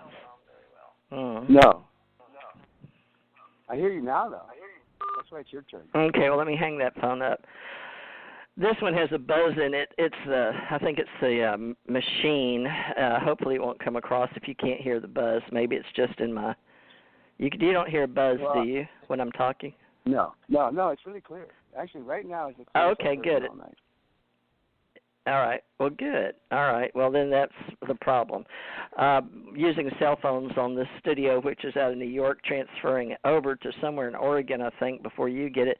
Now, you've mentioned a lot of topics, and you like to social network and build teams. You and I were talking about team building, but I was talking to you about maybe meeting you during the, I didn't know you were going to call it, but yeah, the Storm Area 51, but they changed it to Alien Stock. And with the museum there, and you can still have people that like to drink. I don't drink or drug or do mushrooms or any of that stuff, and that's okay. That's your faith and religion and Native American. That's the only thing I do is mushrooms. Now, you said Native American. How do you, in America, do they still, it's not like they have a Native American card like they do for Cherokee, is it? Your Tenayuca clan or what? Why do you call yourself a Native American? Because I was sponsored by Gordon Rockhill, who was one of the biggest attorneys in San Mateo County, and I was my computer problem solving teacher was a math teacher, Miss Lehman. She went down to Mexico and solved my pyramid 10 years and came back and said, John, there's a pyramid of your last name. I said, I know. Well, why don't you talk about it? I said, because my dad says, if you talk about religion and politics to people, they'll kill you and crucify you like Jesus Christ. So just don't talk to anybody. Well, you were born in America, though? You were born in America? Yeah, of course. I'm a fourth-generation Texan. And my dad, they all thought he was Texan. and he said, yeah, Texas. I was born in Texas. My family. In Austin, Texas. You're kind of related to the Austins? San Antonio. I was born in San Antonio, Texas. I'm like the third, fourth-generation Texan. We were conquered by. And you were born in 1960? No, I'm later than that. I really don't get into. I'm real vain about my birthday. Oh, okay. Well, anyway, in Texas. San Antonio, Texas. I couldn't get on your LinkedIn, nor could I get on Google. You said you sent me those pictures, but it says NULL. Google has me blocked on your Google account, which I've never seen before from anybody. But it comes into my Gmail, but they won't let me look at the pictures. So that's real confusing. But yeah, I know. But you're real security-minded. Yeah, well, part of it has to do with Google was. I used to be a Google developer because I went to the headquarters and they were going to give me a TV station and cable channel 15 or 13 or whatever. I was really into Google. I bought the first Chromebook that first came out. I was in the first cloud when they created the cloud. I've been in the forefront of most of all computer developments, starting from Stephen Jobs and Seven Jobs and Wozniak. I had the 64K Commodore. If you read my profile, you see my computer background. You can see I'd like to, but it didn't come through either. So there's something with my Google accounts. You'll have to send them to one of my business accounts. Try I've got UAP. You can send it to me at Director UAP Associates or Director at UFO Association Organization.com. All I could say is this: is that if you have an app, an Android or an Apple app, and you go to Lincoln, and you'll see my business profiles there for like 15, 20 years. Since actually Lincoln started, like 15 years. I did, but it wouldn't come up. I told you that David Tenayuca did, but it was 60 years old with. David Tenayuca is a professor. He's a professor and one of these college professors over in Austin. Yeah, he's a cousin. He's a cousin of mine. And there's a very few Tenayucas though. You'll very rarely. There's 22 Tenayucas that I've kept track and documented in the United States. So we're pretty much last of the Mohicans. And so all the women that became Tenayucas lost their name in the marriage, except for my sister. Made sure she kept her name when she married John Greco / Tenayuca. So she kept her name. So and my grandmother called herself Catherine Marie Tenayuca, and she named her daughter the same thing, Catherine Marie Tenayuca. So it was like a junior. She was like and she was a Mayan Indian, and she was brought up by the Lutherans, the German Lutherans. So she really got into Lutheran and German people. Because she liked the way they worked hard and stuff. So, that's... Well, you and I both network, so I'm going into my LinkedIn. You said go into LinkedIn. Let me see. I'm going to put in John David on LinkedIn. You get the app, and it's Tenayuca Enterprise. That's good, my holding company. For that one here. John David... Yeah, John David Tenayuca, Tenayuca. And I also have the same phone number from that era. It's YUCA, isn't it? Mm-hmm. John David Tenayuca? Mm-hmm. Exactly. I wonder why. It says no results found. That's weird.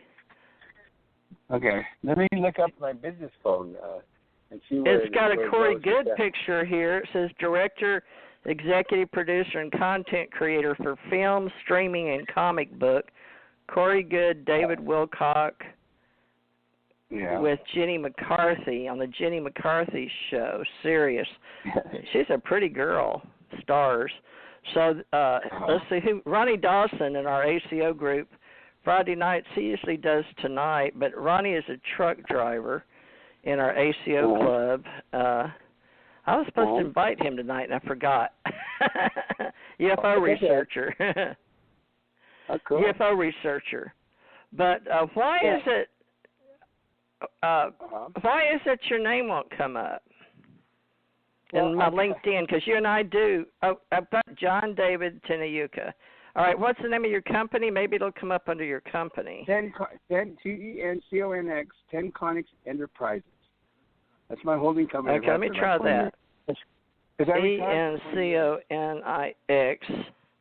Tenayuca Enterprises. Yeah, Tenayuca Enterprises.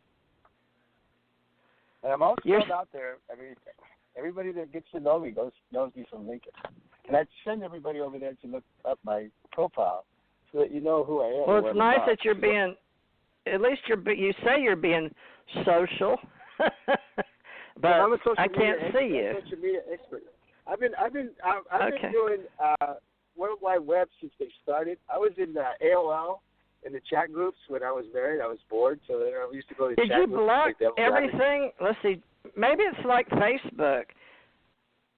John Tenayuca, right? And that's the way I've always spelled it. You do not come up. I've got John Castagnini, John Thompson, John Sharkey, John Ballou, John. I got to get my business phone all charged up, and then what I'm going to do is I'm going to make sure that, what happens is sometimes people just block, even that.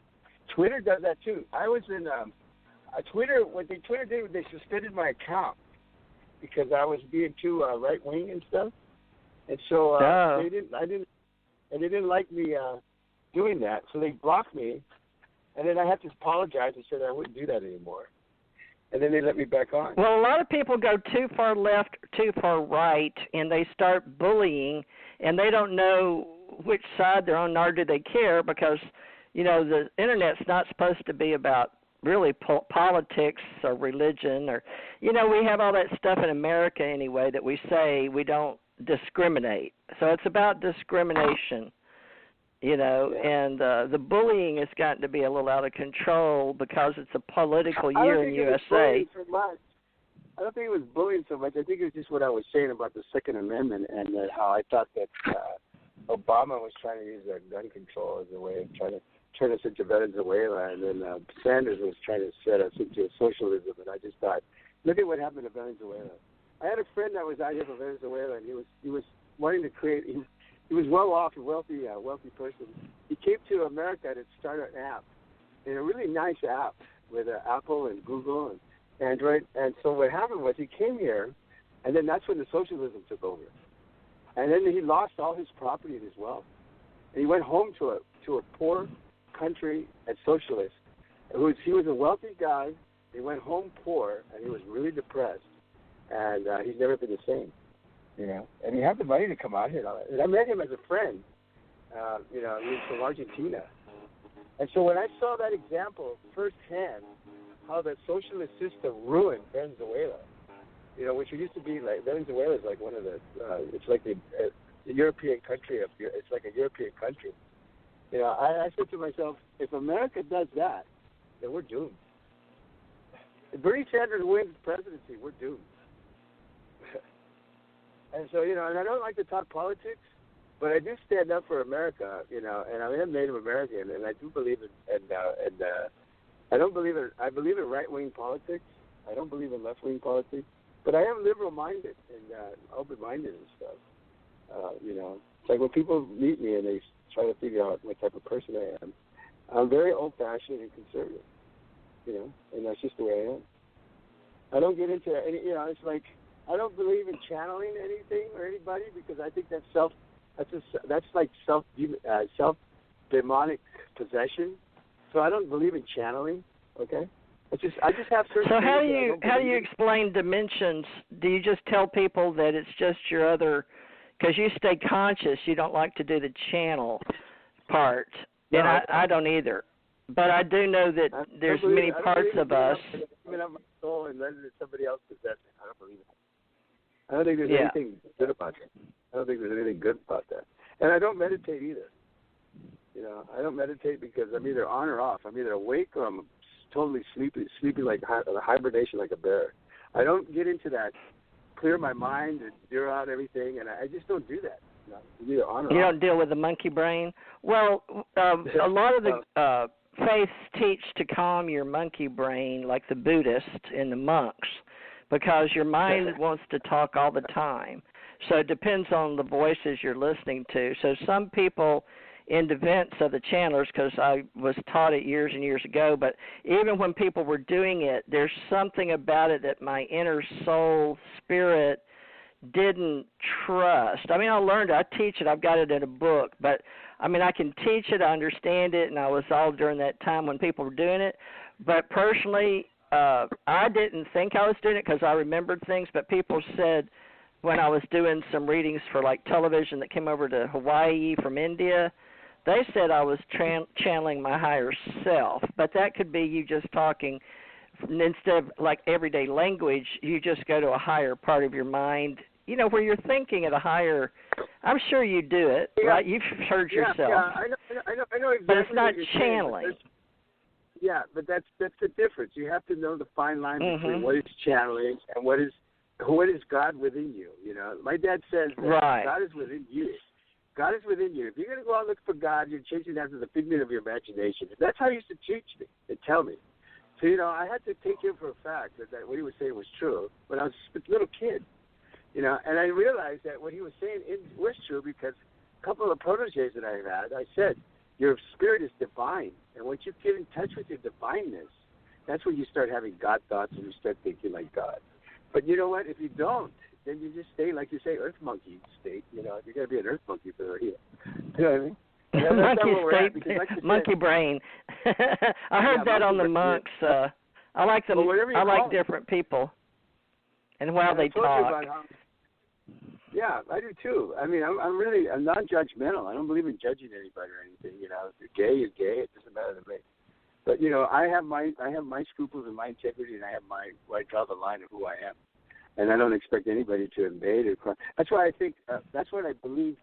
Abductions are an invasion of your personal, physical, spiritual body is wrong, and it's not right in the universal laws of the universe. So to me, any abduction is like a rape, is wrong. So I don't believe in abduction, and I talked to Dr. Jacobs about that, and he feels the same way.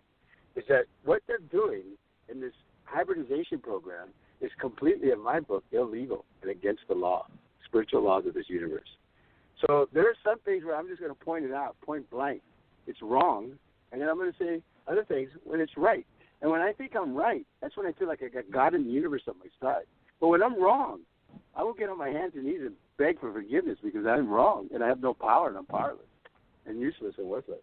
But I'm wrong. But that's how I feel. But you as an entrepreneur, we're both business-minded, and we were trained in business.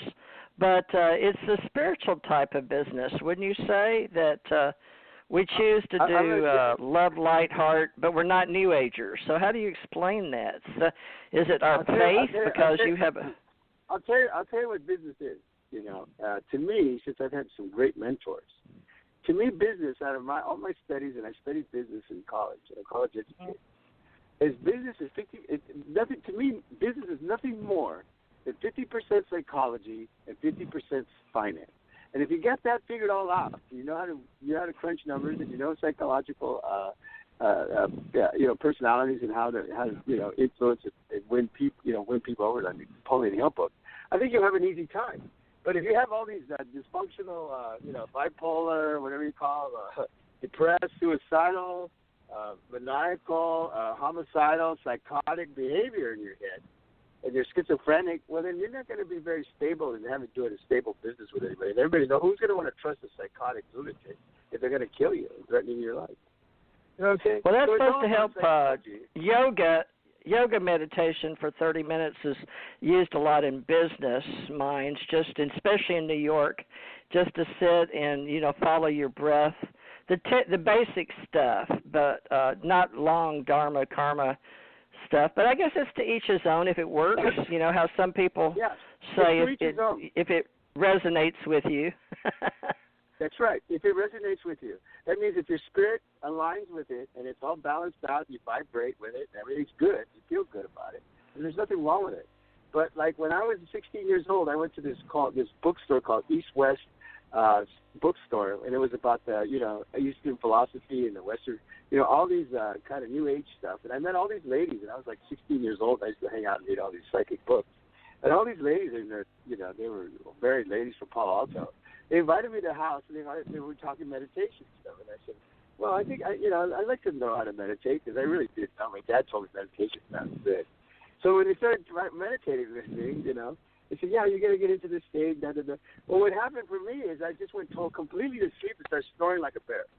They said, that's not meditation.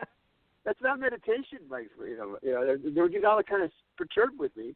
So then what they did is they got together in Palo Alto at the Maharaja, the Beatles Maharaja was coming to the Palo Alto in the stadium, like 6,000 people. And I was going to be introduced to the Maharaja to be taught how to meditate. They figured they were going to give me a personal invitation to the Maharaja. Well, the first thing that happened when everybody got into this meditation, I swear, I'm telling you the truth. So when I got into this stadium, that they paid for me, and I had this entourage of ladies, like all in the 30s and 40s, and I was this 16-year-old little kid, Native American who was like a shaman, But, I kind of shared that part with them. And then so, I'm in this big old auditorium, and everybody's supposed to meditate and do this like Catholic thing where you're supposed to do exactly these moves and these things about everybody's got to bow and whatever. And I'm looking around going, what's everybody so mind controlled and brainwashed doing one thing, And when they saw me looking around, the Maharaja looked at me and then looked at his bodyguards and got me kicked out. I was thrown out the side of the building, and I was out there by myself going, what did I do wrong?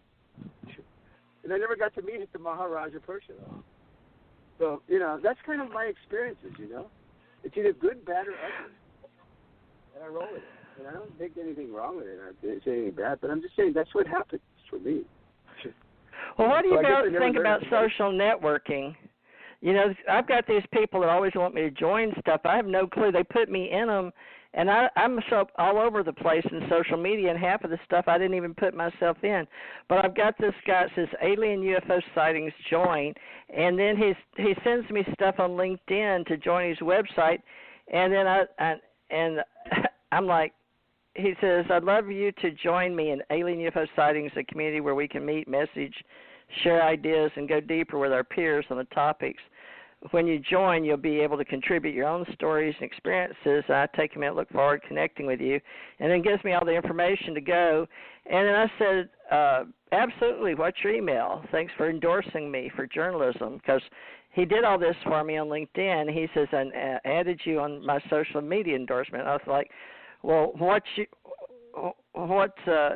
I'm thanking him. I said, sure, I'll join your thing, but I didn't. And then he says, why you need my email? I'm like, you just ask me, don't know me from Adam on LinkedIn, but tells me you're in social media about UFO and aliens. I won't mention his name. But then wants me to go to his website and join it and all that. He's the one that contacted me. I don't have any clue who he is. And he doesn't want to send me his email? What? Can you tell me what's going on with people? Because half the people in business and in hobbies, and I'm trying to do a professional business here, but what's going on? People don't think normal. Now, you understand, this is a guy supposedly that knows you and me on LinkedIn, and even though I can't see you, I'm sure you're there somewhere because you tell me you are, but I can't see you. But here's a guy that I don't know, never met, never talked to, not in our ACO club where I endorse. And you know what I look like. You know exactly. But you know too that you had to know me a year just because you came on the radio show. I didn't give you a position in our club because it's by invitation only, and we got all these little social media groups. They're free. But that doesn't mean you get to come play in my life and me know you personally or come to my events or meet me or write books with me. So and you took a year. You were sponsored in because that guy Javier sponsored you in for a year. Then you read my articles. And then you read my social, you read my articles and bylaws, and you said you liked them and that you would support me. And now, 5 years later, the universe put us back together and said, well, y'all social network. And then I got all these people that I don't know want me to endorse their businesses and their websites and then go, well, why do you need my email? So I'm asking John Tenayuca that I can't find on LinkedIn that you sent me here to look you up. I can't see you, but some other guy. So what is going on? I can't see you, but this guy wants me to promote his business and his website, and I don't know him. So I say, sure, what's your email? Because he endorsed me. So I figured if he endorsed me on LinkedIn, he must know who I am. He endorsed 2 or 3 things. And then he can't send me his email? Come on. What's that about? Yeah, well, can I tell you something? I'll tell you what it's about. What? Is that everybody has, and I'm going to go back to my Indian story. Everybody has a good wolf inside you, and it has a bad wolf.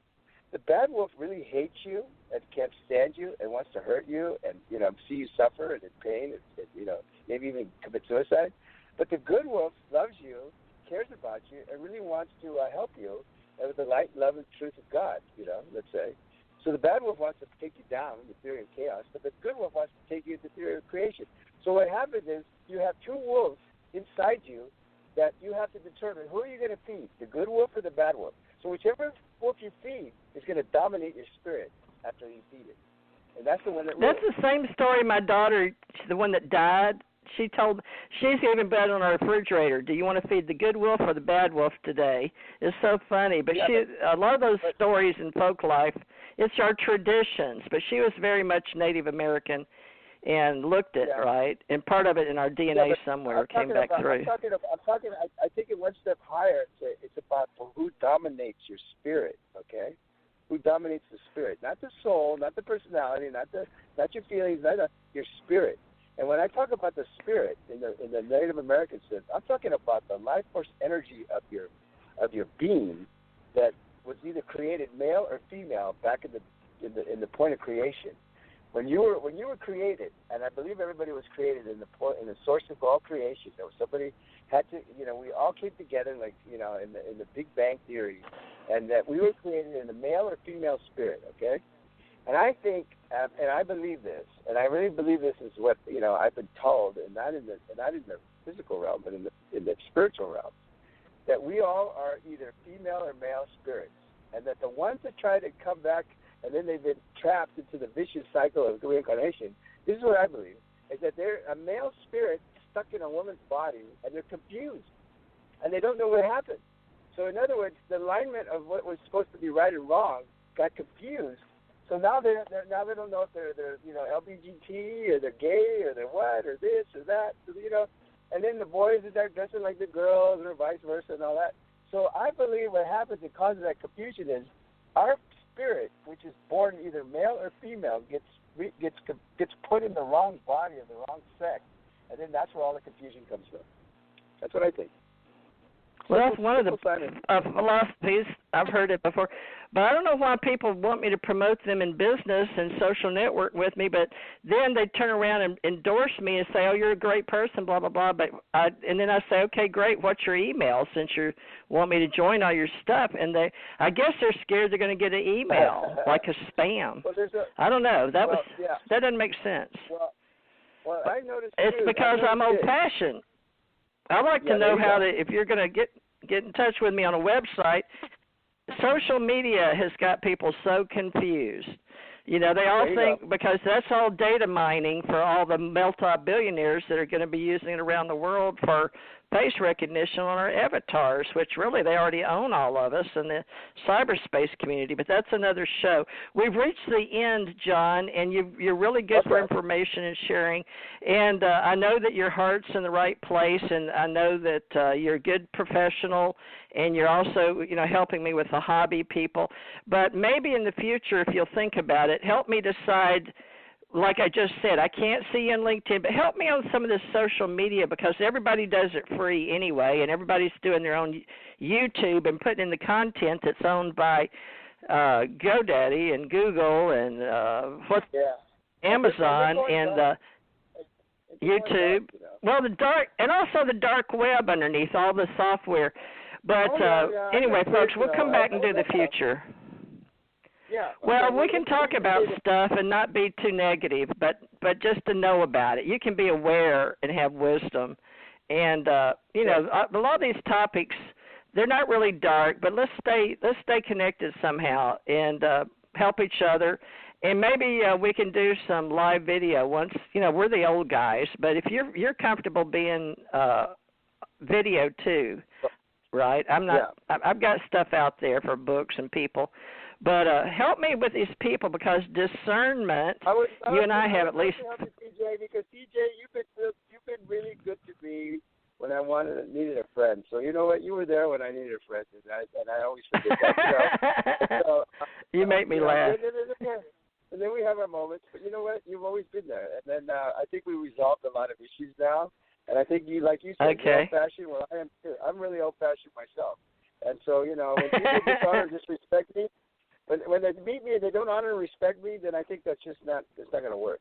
And let me just say one more thing. All right. Is that in 5 minutes when I meet somebody in 5 minutes, I have this cosmic order of determining if that person in 5 minutes is going to be my best friend for the rest of my life or going to be my mortal enemy, and I better watch out because they're evil. They're going to try to take me down.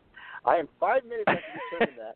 Everybody I meet in 5 minutes, and people at 35 rooms, or 300 people, at 350 people, in 5 minutes I know who's my enemy and who's my best friend. And you've always been my best friend. Okay? Well, we haven't made a penny together, folks, but we're still considered professionals. But if you want to join our hobby club, our professional club, it's ACO Club Directory, and John and I have some kind of symbiotic or friend, best friends, or social media friends. It's ACO Club Directory. It's on acoclub.app instead of .com. I bought this for $75 or something with a secure socket. And these days, to play on the internet, you really need a SSL. And this is stuff you can learn. But that's exactly John and I help you. John, help me because I can't even see you. So I think either Google's got me blocked. I need to go on Firefox. I'm here to help you, baby love. Okay. Nice. Well, I'm a web developer for Google. Don't get I have the developer's levels. And you know what? I'm a gentleman, and if you're a lady and you treat me like a gentleman and like a man and act like a lady, I will bend over backwards to do whatever I can to help you as a lady. Right? I swear. Okay. I would do anything I can to help you. All right. I made you a page on the acoclub.app, but I've got acirradio.com I'm going to be promoting for the Allied Command, but I don't know if it has to be just veterans. But I need some of the ACO people that have been with me for years.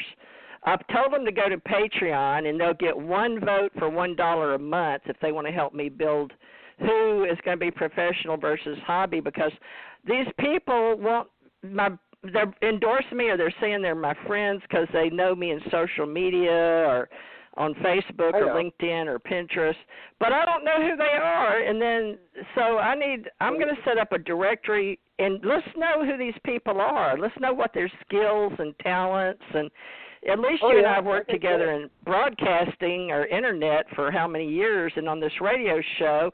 So at least you and I know each other, what we look like. We've seen each other on Skype. I didn't go to that event you went to, but my husband was sick, and then my daughter was sick. So Lorian got mad at me, but I couldn't support her. I know, and I felt bad about that, and I really feel sorry that, Well, that's okay. You helped Lorian out, and you helped Brett Luter, and I love Brett, and I love Lorian as far as spirit, but I don't do business with them, and I apologize. People got mad at me. Who's Lorian? I couldn't help them. Who's Lorian? Lorian Fenton. She did that thing with you. She's one of your partners. No, she's a crook. She's a criminal.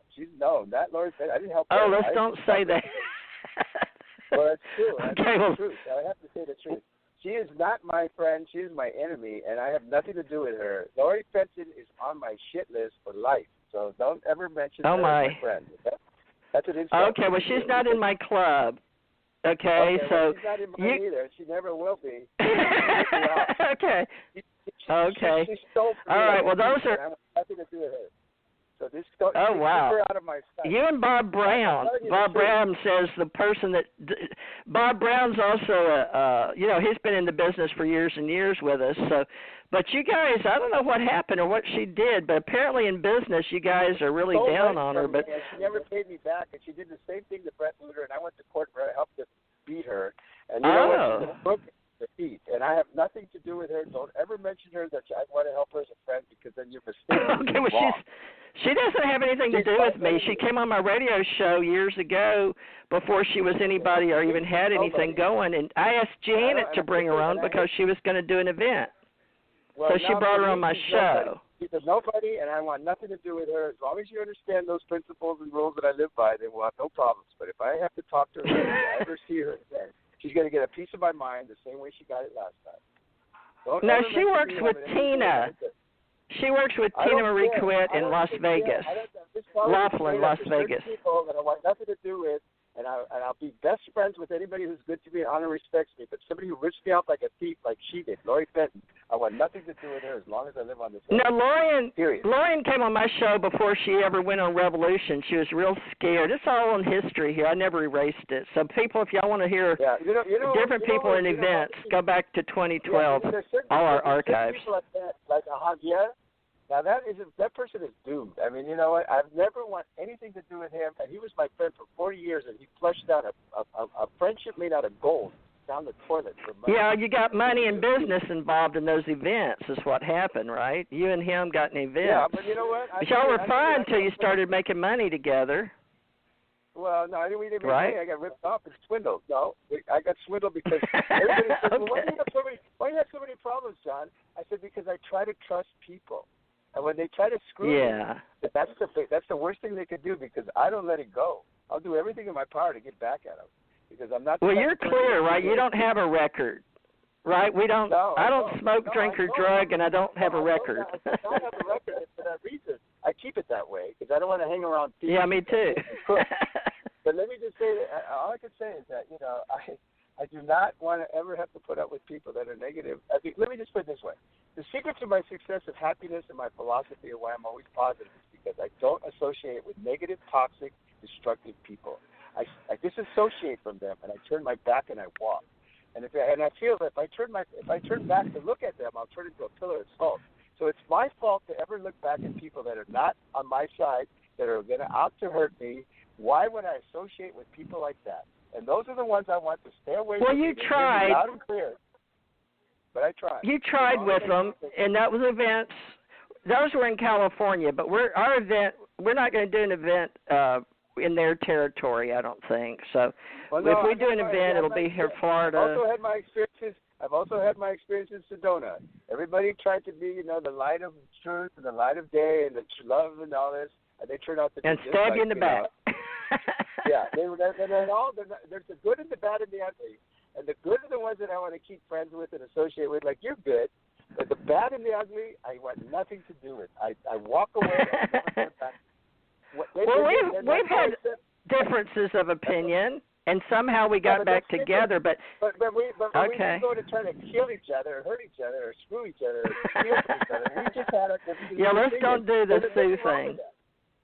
There's nothing wrong with it. I mean, that builds character, it makes a better friendship, and everything else as I said.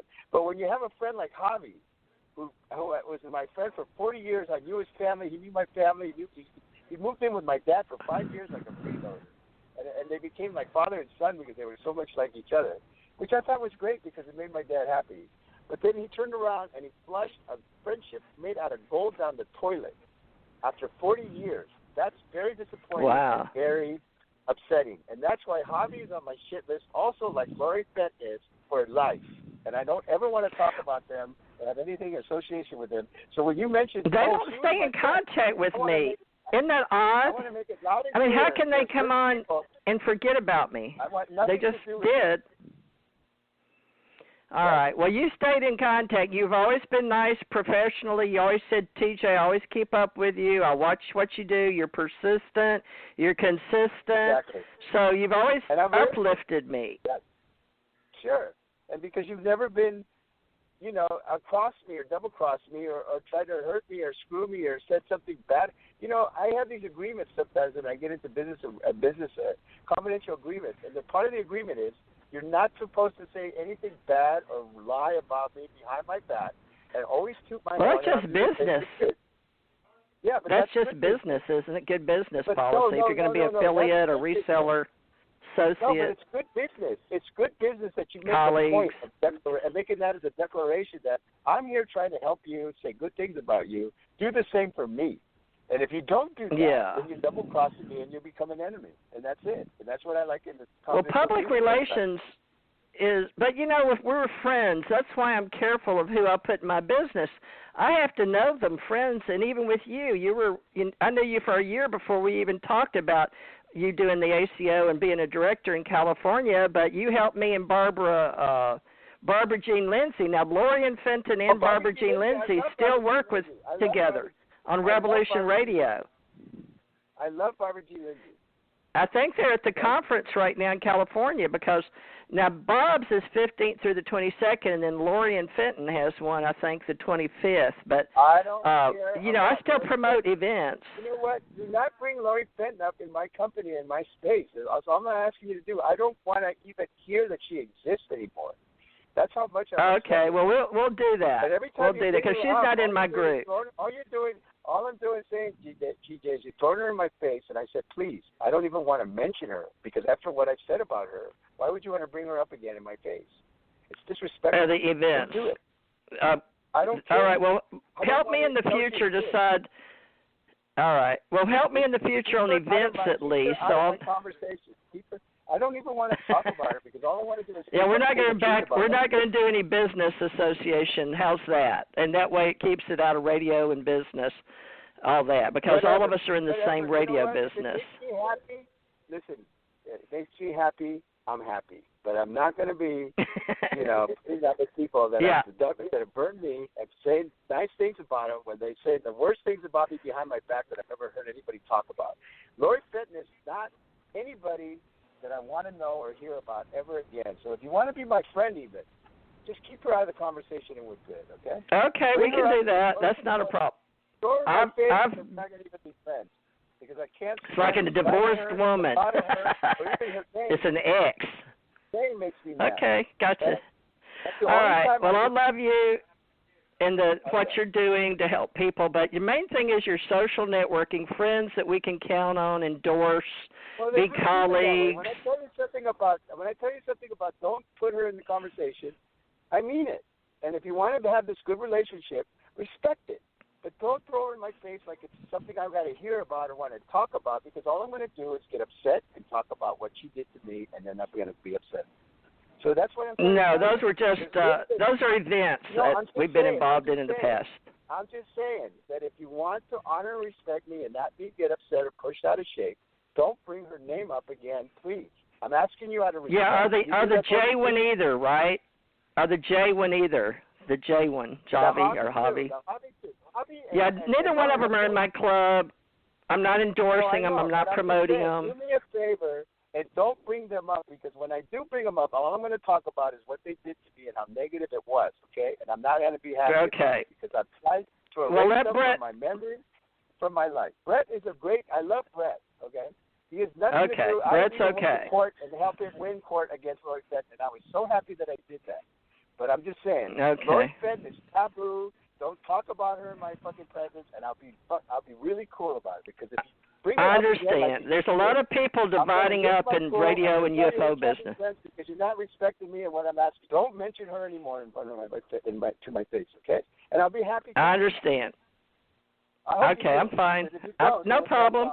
I don't do any business with them. I did because we were all on the same radio station, but I left Revolution. I left it. I'm no longer with them. Okay, we're done with that. We don't have to talk about them anymore. Right, we don't have to talk about that anymore. We're going to have we had a good radio show. I'm happy that I came here to talk to you and share with you. Aw, thank you. I'm so glad you did. did. Keep it recording, and I'll always be here for you as a friend, but don't bring up my enemies, please. All you're going to do is piss me off. Okay, I understand now. Yeah, even in radio. I understand. We got it. We can keep associated and collaborating. Okay. Well, we'll do our club events and club radio shows, and even maybe some StreamYard or YouTube videos or Vimeo or whatever you want to do, and to help our friends who we like and who we endorse or who's in our club, okay?